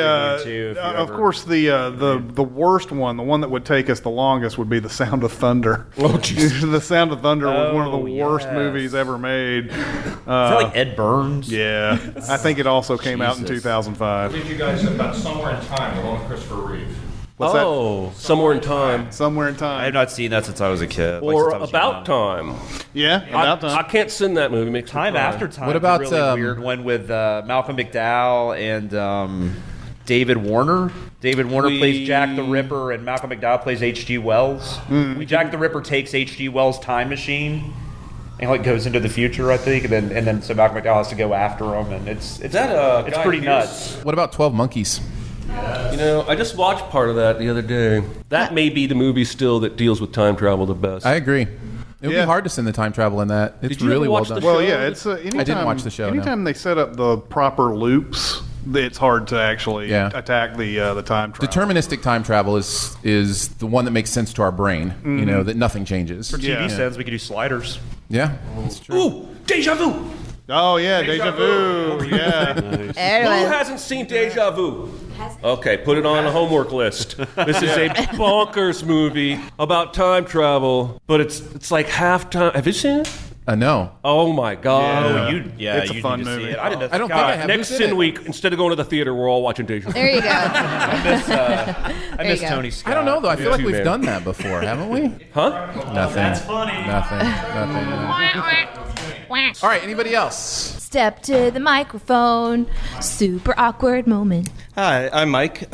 Mainly for Jeremy and Chris. I know in the beginning you guys did basically everything, the editing, writing, narration. As you've hired more people and grown, what has become easier for you and what has become harder in terms of CinemaSins and the overall universe? That's a good question. I don't know if it has ever gotten easier because we have. I mean, we've gotten TV Sins, we've gotten MVS, we've got podcasts, we have all these things that we still have to review and write on and everything. But I mean, it is nice not to have to edit. Yeah. That was something that just took all the time out of in everything. Like we would get a script done when we were doing one a week. We were getting a script done, and then some one of us would take 4 or 5 days to get it to make sure it came out on Tuesday. Then when it became 2, it was still just both of us. So it was like one of us was on the weekend doing something for Tuesday, and another of us was doing something from Sunday on to Thursday, trying to get one video out. And there were a lot of like 3 a.m. still working on it, still giving notes kind of nights. Yes. And we took turns staying up really fucking late just to stay on that schedule. So it's nice not to have to do that anymore. And I'm Mr. Dick guy who probably makes that happen to stay that late a lot of times. Oh, that was not what I was saying at all. No. I'm just saying that I remember the one I remember the most was The Conjuring, because there was there's this weird back and forth that was going on where like there's the scene where Patrick Wilson says this is the best Latin I've ever heard, and I was like I think we know what he means there though, right? He hits the and then you're like, well, nobody knows what Latin actually sounds like. And I don't know. I was like, let me think about that. And then before I can answer, he's got a new version up without that sin in it. And I was like, no, wait a minute. Hold on a second. I didn't say no, don't cut it out. So stuff like that would happen where it would get all the way to 3 or 4 o'clock in the morning. But yeah, the editing part, once that became out of our hands and we just did notes and things like that, that makes things so much easier. But I mean, we still take about the same amount of time each week doing whatever we're doing because there's so many things going on. What I like is that the way that we went about hiring, which was just largely friends, it has expanded the voice, I think, of the Sins channel, of the Sins videos. Like, in the early days, it was basically Chris's sense of humor and my sense of humor. But as we roll in new people, we get new wrinkles sense of humors. And now with Danae, we get a perspective from the female side that we never thought to write from because we're dudes with dicks. It's easier for me, I guess, to sleep at night knowing that the quality of the writing has only improved by adding the people we've added. And yeah, like Chris said, it takes a lot of work off our plates, but we just create more work with new channels or podcasts or what have you, both because we want to grow and because it's just in our nature, I think, to just keep doing stuff. Mm-hmm. Creators create. There you go. And it's Who's fun. next? Good question. Yeah. Step on up to the microphone and said, "Hey, man, there's only Is one that way." Newsboys? Does everybody get a theme Yep. song? Yeah. Well, Danae just cracked out a Newsboys song. I'm Do you sorry. remember the Newsboys? I'm sorry. It's just in I my haven't head. thought about do. that. That was like, what, 90s? Early 90s? Yeah, I mean, they're still around, but yeah. Shine. I'm Steven, and for the record, raw dog dry humping is called the Unga Bunga. Oh, nice. Let me enter that into the record. My question is for Danae. If you were to assign D&D character classes to the Sincast, what would they be? Ooh. All right. First, tell us what a D&D I want to be a class Dunedain. is. Okay, so I think Jonathan would be like a wizard or a warlock, some kind of caster, somebody who has to kind of stand back gonna and end up like a deal with the troll or a- difference. I'm gonna say I'd put Chris as a barbarian, simply because I think that he would enjoy having a place to channel the inner rage and just take care of shit. Think Jeremy would be a bard. Because that. yeah. It's a super fun thing to do, right? Because then you could strum the guitar and all of a sudden you're reading people's minds. I think that you'd be and you could make people do You'd shit. be like that dick on the knoll at college campuses. Like, hey. I think Aaron would be the healer because I think he worries about people a lot and wants to make sure everybody's cool. So I think he probably would either go paladin or straight healer. I'm assuming paladin because he doesn't like to cut people down with swords. So, Sounds like you've put a lot of my thought into favorite this. thing. right, yeah. So I don't know what Barrett would be. So a strategist of some kind. Yeah, he might be a really good Cave DM, troll. actually. Cave troll. Yeah, okay, so he's the cave troll. Okay. No, yeah, I think actually he would be a superb DM because I feel like you would. What is DM? That means you're the Master. dungeon Oh. master. Master. Yeah. I do that one. I think that'd be kind of fun, and I have wanted to play like a druid or something, so maybe I would go that class for myself. Very nice. All right. I like animals and stuff like that, and like nature and stuff. So super. More questions? Evan? Hello, Council of Sins. Hey. How's it going? So I had a question about how you guys approach doing Sin videos on stuff like Pokemon or something that you just did not grow up with, but obviously there's a big fan base. How much information do you try and figure out versus just go off of what's given to you in the film? Zero. Yeah, I'll take it. I'll take whatever that movie gives me and nothing more. Yeah, I think you do a disservice to what we do actually by learning more. The less you know. Yeah, exactly. Pretty much. Because the only time that we did any kind of research was for Dragon Ball Evolution, mainly because much like The Room, after The Room was done, I was just like, this isn't enough sins for this movie. So that's where our bonus rounds came from. Where Dragon Ball Evolution, it felt like most of the derision was coming from the fans and for differences in the movie from what they grew up with. So I was like, let's throw them a bonus round bone here and like look up what's actually different about the movie as compared to what everything else. And so that's why there's a bonus round with all the like, well, you know, what the hell, wearing a green dress, the fuck, you know, that type of stuff. Those are the bonus round for that type of thing. So, but yeah, for the most part, I hate like looking up something to just know more about it so that I can send it better or whatever. I just want to. God, I wish I knew that when I first started. I just want to. You give me the movie. You pretend like you've thrown this movie right in front of me, and this is, you know, it's almost like Mystery Science Theater. They made you watch this movie. Now, what do you have to say about it? So, completely with movies, and then you get into TV, and it becomes a little bit different, right? Mm-hmm. Because a movie is expected to tell you everything you need to know in the 90 minutes you're watching it. And if there's auxiliary material, well, that's it's the movie's job for us not to need that material.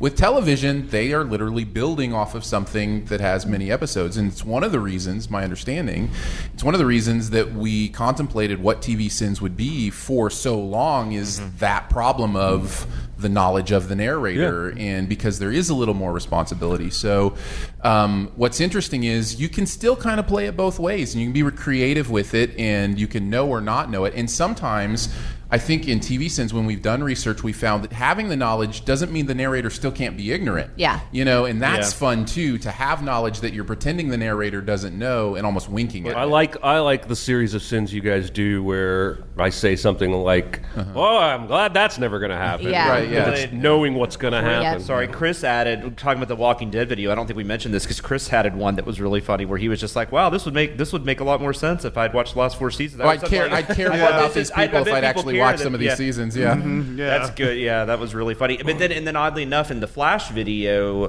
Danae wrote a sin where she referred to one of the characters as Frost. That's right. And we got some comments about that in the YouTube. Like, well, clearly the narrators watch the show because that's like her alter ego.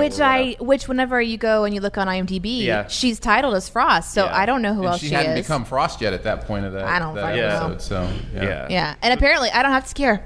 This has always been. No, it was great. This has always been a thing. Like ever since we started, like there have been a lot of movie series that have started from like where we started, and so we don't know what's going to happen next. But then there were series we went back to that we did know, 3 or 4 movies at that point. So a lot of our future knowledge gets into those early ones. I don't think we've ever been afraid of shying away from that in CinemaSins, but like with TV Sins, you have to, because there are so many things that do get explained later, and you have to kind of do this. Take it at face value. Yeah, the narrator has to be ignorant on TV. We did most of the Batman movies backwards. Yeah, we did. We did because exactly we started backwards. with Dark Knight Rises and went all the way back to Tim Burton. So, there was some cross knowledge. And that was just me, like not knowing what to do, because we had done Dark Knight Rises, which was the latest Batman movie there was. So I was like, and I know that everybody wants Dark Knight, so we went Dark Knight first. It would just be weird to do Batman Begins, then Dark Knight, and then for me at the time, at least, anyway.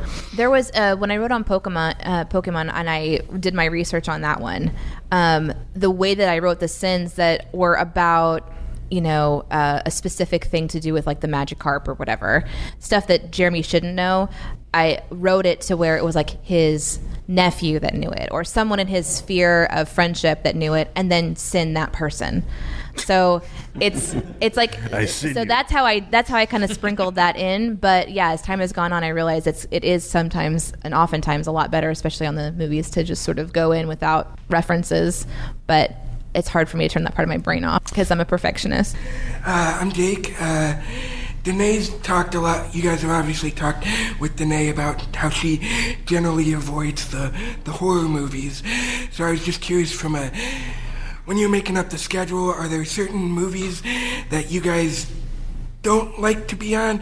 Or maybe if there isn't one, are there types of movies, aside from maybe the more self-referential ones, that you guys find difficult when you're sinning?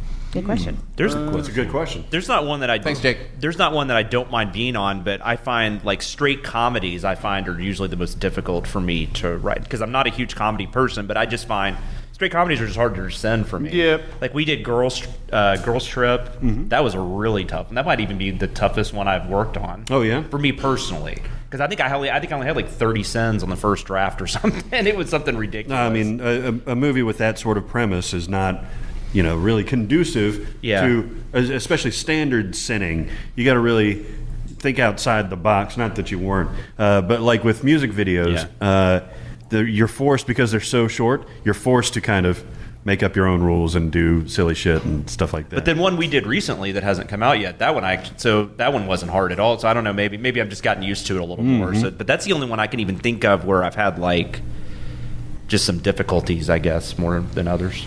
I'm not a big horror fan, but I don't mind getting assigned a horror movie to write sins for.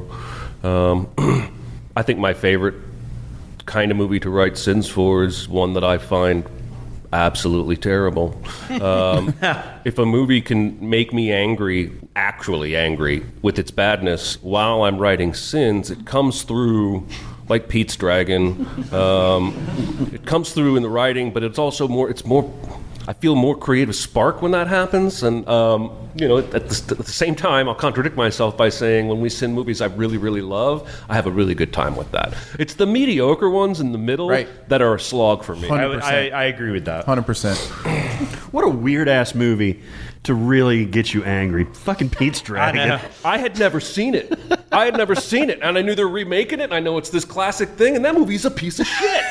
But you find it objectionable. Oh my god, that movie is... I'm honestly because Danae talks about getting angry at movies a lot. I'm trying to think if I've ever actually just physically gotten angry at a movie, because I don't know. That's just... Well, you probably have like a really healthy emotional balance. Mine is way off. I've gotten furious at some of these movies, man. Especially the mediocre ones. I can like, try harder. I appreciate that they're terrible, but I don't think I've ever actually just gotten angry. Like, I'm not like, I gotta go punch a wall. Oh, you need to send a Transformers movie, son. There's always a balance when I do the schedule, because you have to do. I try to get it where the best people are on that particular movie. That's why Jonathan gets lots of horror stuff, because he is in this room probably has the biggest knowledge of horror of anybody in here, and like all those like older genre films and everything. You're going to be on those all the time. If I've heard you say I love this movie, you're going to be on the script. If I hear you say I hate this movie, you're going to be on that script. We got to watch what we say in front of Chris. That's why I love having two writers who one loves it and one hates it, because then you have a whole bunch of different perspectives and everything. So and then after that you have to sort of do a balance where, like, I don't want to give this person too much, I don't want to give this type of thing, but you try to get the best people that you can. You try to go to their strengths and everything. Nice. One more question. Hi, I'm Will. My question, and this has probably been asked in numerous Q&A sessions before, but I thought it's also kind of a question that it can change over time. Over the years of all of the movie, I'm talking just of the movie sins, which movie was the most fun to sin, and which did you have the most miserable time sinning? I know the answer to this for me. The animated Cinderella, the classic Disney Cinderella, was the most fun I ever had writing sins. Because much like Pete's Dragon, that movie is fucking bonkers, and you don't remember it at all. Like, that movie is 30% mice. Mm-hmm. Like, you go watch the old Cinderella, and there's so much mice shenanigans, and you're like, the humans are supposed to be the important part of the story. That's the single most fun I ever had. As far as, like, the worst time, I'm going to go back right to Les Mis, because way back in the day, I forced myself to go through a movie 3 or 4 times to write sins because I didn't want to miss anything. That's me. Over the years, I have come to do what I now do is one big pass, but I go back 5-10 minutes an awful lot to rewatch certain scenes. But Les Mis I watched 6 times because that was all singing, and there's very little like straightforward dialogue, and so I had to I had to keep listening to make sure I knew what they were fucking saying to each other, and I hated that movie when I saw it with my wife. So I watched it 6 more times in a week. That was the most miserable I was ever writing a Sins video. Yeah, Cinderella's a good call. I think, and I don't mean to like glom on that answer, but I remember having a tremendous amount of fun writing for Cinderella because of all the nonsense that's in it and everything. The worst is always going to be that Transformers Age of Extinction. That's the one where you kept pausing it, like you paused it like every 2 seconds. Or yeah, there's a point where sometimes you're just like, well, maybe I should just let that go. Or you mean the one with Anthony Hopkins? What? The Transformers with Anthony Hopkins. Yeah, it's the first Mark Wahlberg one, whatever. Oh, that's the one where they have like the statutory rate. Yeah, card. the guys the guys like got that memorized. You know, like in Texas, I can do this. Come on, dude. And it feels like Michael Bay like just inserted that. Like, I know this law really well. But it's just one of those where it just constantly the action's dumb, yes, but then there's just like stupid shots that he throws in there and just stupid story elements, and yeah, it was like every second or two you just wrote something, took you forever to write that something, and then you start it, and then like another couple seconds you're like, oh my god, here's something else that infuriates me. So yeah, Age of Extinction's always gonna be. That's why that was a 30-minute video that we split into 2. So. My favorite is bad movies that I love that I know are still bad. So like G.I. Joe: Rise of the Cobra. That was a fun one, though. We did that one. And Gone in 60 Seconds, which are terrible movies, but I love them so. And my worst was actually just recently. It was Midsummer. You guys seen Midsummer? I love the movie, and I've seen it now 3 times, and it's infected me. It's just, there's so much going on with that movie that it broke my brain, and I love the video and I still love the movie. I'm probably just not going to watch it for another 10 years. I love cinning. The first experience I remember cinning a movie that's just absolute genius was Arrival, when we did the All Hands on Deck for Arrival. And I remember watching that movie in detail and just going, there are none, guys. There's nothing here. Although Baird had like 80. Right, yeah, I know. I think I literally sent you like 15 cents. Like, it was literally like, and the reason I think I love that is just because it's fun to watch something with that level of detail and just go, somebody was thinking in that level of detail when they made this movie. Yeah. Like, that's really fun for me. I also like cinning rock movies. Those are always a blast. The Rock worst, of Ages? Sure, yes. Well, you put an extra word in that sentence. You like rock movies. Well, that's true. Yeah. I do. And that's part of why I like cinning them, is because it's this cognitive dissonance thing of, I had a really great time at this movie. This movie is trash. But I had a really good time with it. How is that possible? And it's just like, I come face to face with my own naivete and optimism in those moments. But the one I had the worst experience on was The Snowman. I was on that one. Oh, that was kind of fun. Yeah. Yeah. But it's this thing where it's an actively terrible movie. Like, it's actively terrible, and it's also beyond bad. Kind of completely humorless. And so, like, it's just hard to like find a tone that I don't know. It was the one I had the most difficulty with. I honestly got to say, when that garage door rolls up and the dude's head is on the snowman, that I actually found that very funny because it's so ridiculous. Yeah, and Val Kilmer's. I don't even know if that's really his voice in that movie. I have no idea what's going on in that movie. I think that's the movie I had the most sins on. I think I wrote like 140 or some odd sins for that one. It was crazy. My favorite. I don't know. That's tough.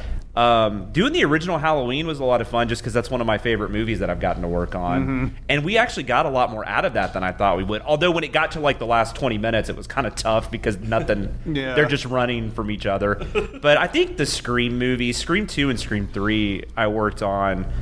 Those were just ripe, just with all the Kevin Williamson shit and the meta humor and just choices that were made in those movies.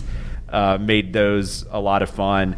The one I had the hardest time with was I said Girl Trip, but that's not it. It's Girl with the Dragon Tattoo that we did. Oh yeah, that was a tough one. Yeah. I love that movie too, but there's so much in that movie that like we can't really send because it's like horrible stuff that's happening to these people. I mean, there's like almost like 15-minute section we just don't even show. We couldn't show anything. Nope. Yep. So that was a really tough one to do. You mean horrible stuff like a man's head on a snowman? Like that seems. No, see that you could show.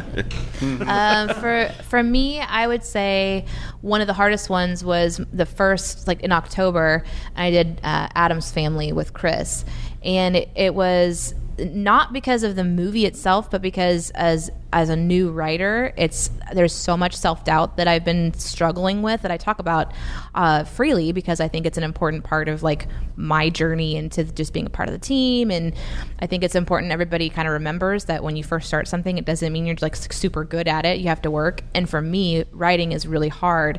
But that one was difficult because I watched it so many times and I was just in such a self-doubt kind of situation that I wasn't sure that what I turned in was great. And then whenever Chris sent back the script, like so many of his sins, I'm like, I thought that too.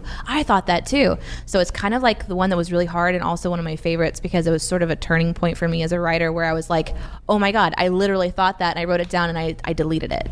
So had I done that, then there would have been a lot of moments where we would have had alts or I could have learned something. So I like that one. Now I would say I'm getting a lot more confident in how I write and things I'm writing. So my favorite one is probably recently is probably Frozen. I really enjoyed writing on Frozen too.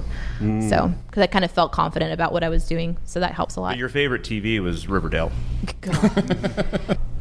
That was a fun script. That was fun because we started the bullshit bingo. Oh, that was fun. CW bullshit bingo. God loves CW, man. That's going to do it for Behind the Sins this week. Don't forget to make sure you're subscribed. Go ahead and leave a comment or rating as well. Hang out with us on Twitter. I'm at Aaron Dicer. She is at Danae Says. DNEESAYS. He is at Sam Loomis 13.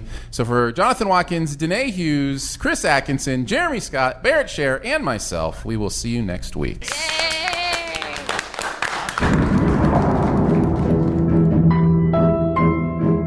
Thanks for listening. Send any feedback to behindthesinspod@gmail.com and be sure to subscribe or message us at Twitter. And be sure to visit cinemasins.com. I mean, look at Jeremy. He's never been on the show before. He had no idea it was about to happen. No, that was all very routine for you. New for me. We are live, by the way. Hey, just so everybody knows. Hi, everyone. Because Danae said, "Are you ready to go live?" And I thought she meant, "Are we ready to do the podcast?" Apparently, it was the official thumbs up for the live. So we are now live on the internet. Okay. Welcome, everyone. Welcome to everything I SinWeek. said. Hello, SinWeek. This morning we are doing Behind the Sins live taping, recording of the podcast. So that's this morning, and then this afternoon we'll be doing a live Sincast recording, and then Jeremy. And then tomorrow we'll be doing a live mini pod of the amazing, I'm sure to be amazing film Bloodshot. Yep. So I keep calling it Dead Spot. Do you? Yes. Yeah. Yeah, that's wrong. All right, let's get into the podcast recording. Everybody on the panel, feel ready? Everybody good? I am never ready, but go ahead. Fair enough. Okay. All right, good. Welcome to Behind the Sins, a weekly look at everything going on. I Yes? said in the microphone right when you got started. Okay, fair enough. I'm sorry. Fair enough. Okay. So I will get us into Behind the Sins, and feel free to, interact with laughter and applause Mirth. and over-the-top merriment. Aaron's going to pipe in a bunch of false laughter. I don't he hate loves that. He loves laugh tracks. I know. I was just getting ready to dig on him for that. You're like, Well, it's not a hey, I said audience. react. I didn't Do you say wanna give fake them- your you wanna give them laughter. pizza? Yeah, I'm not going to bribe them to laugh like you do with those live We tapings. should do one good take of a superficial forced We really laugh. should. I'll do You guys anything, Aaron. I'll do anything. Thank you, Anything Chris. for that laughter, man. Anything. Thank you, Chris. Let's do that. Can you guys be like a live studio audience real quick and just laugh? like the really Jeremy's going to tell a great joke here. Jeremy, you're going to tell a joke here in a second. Can be anything, okay? And then you're going to laugh like you're at a recording. And we're going to see how this goes. Are you ready? All right, Jeremy's going to tell a joke. Now everybody's going to laugh like it's the funniest thing you've ever heard. Knock, knock. Who's there? Dishes. Dishes who? Dishes the police. Open up.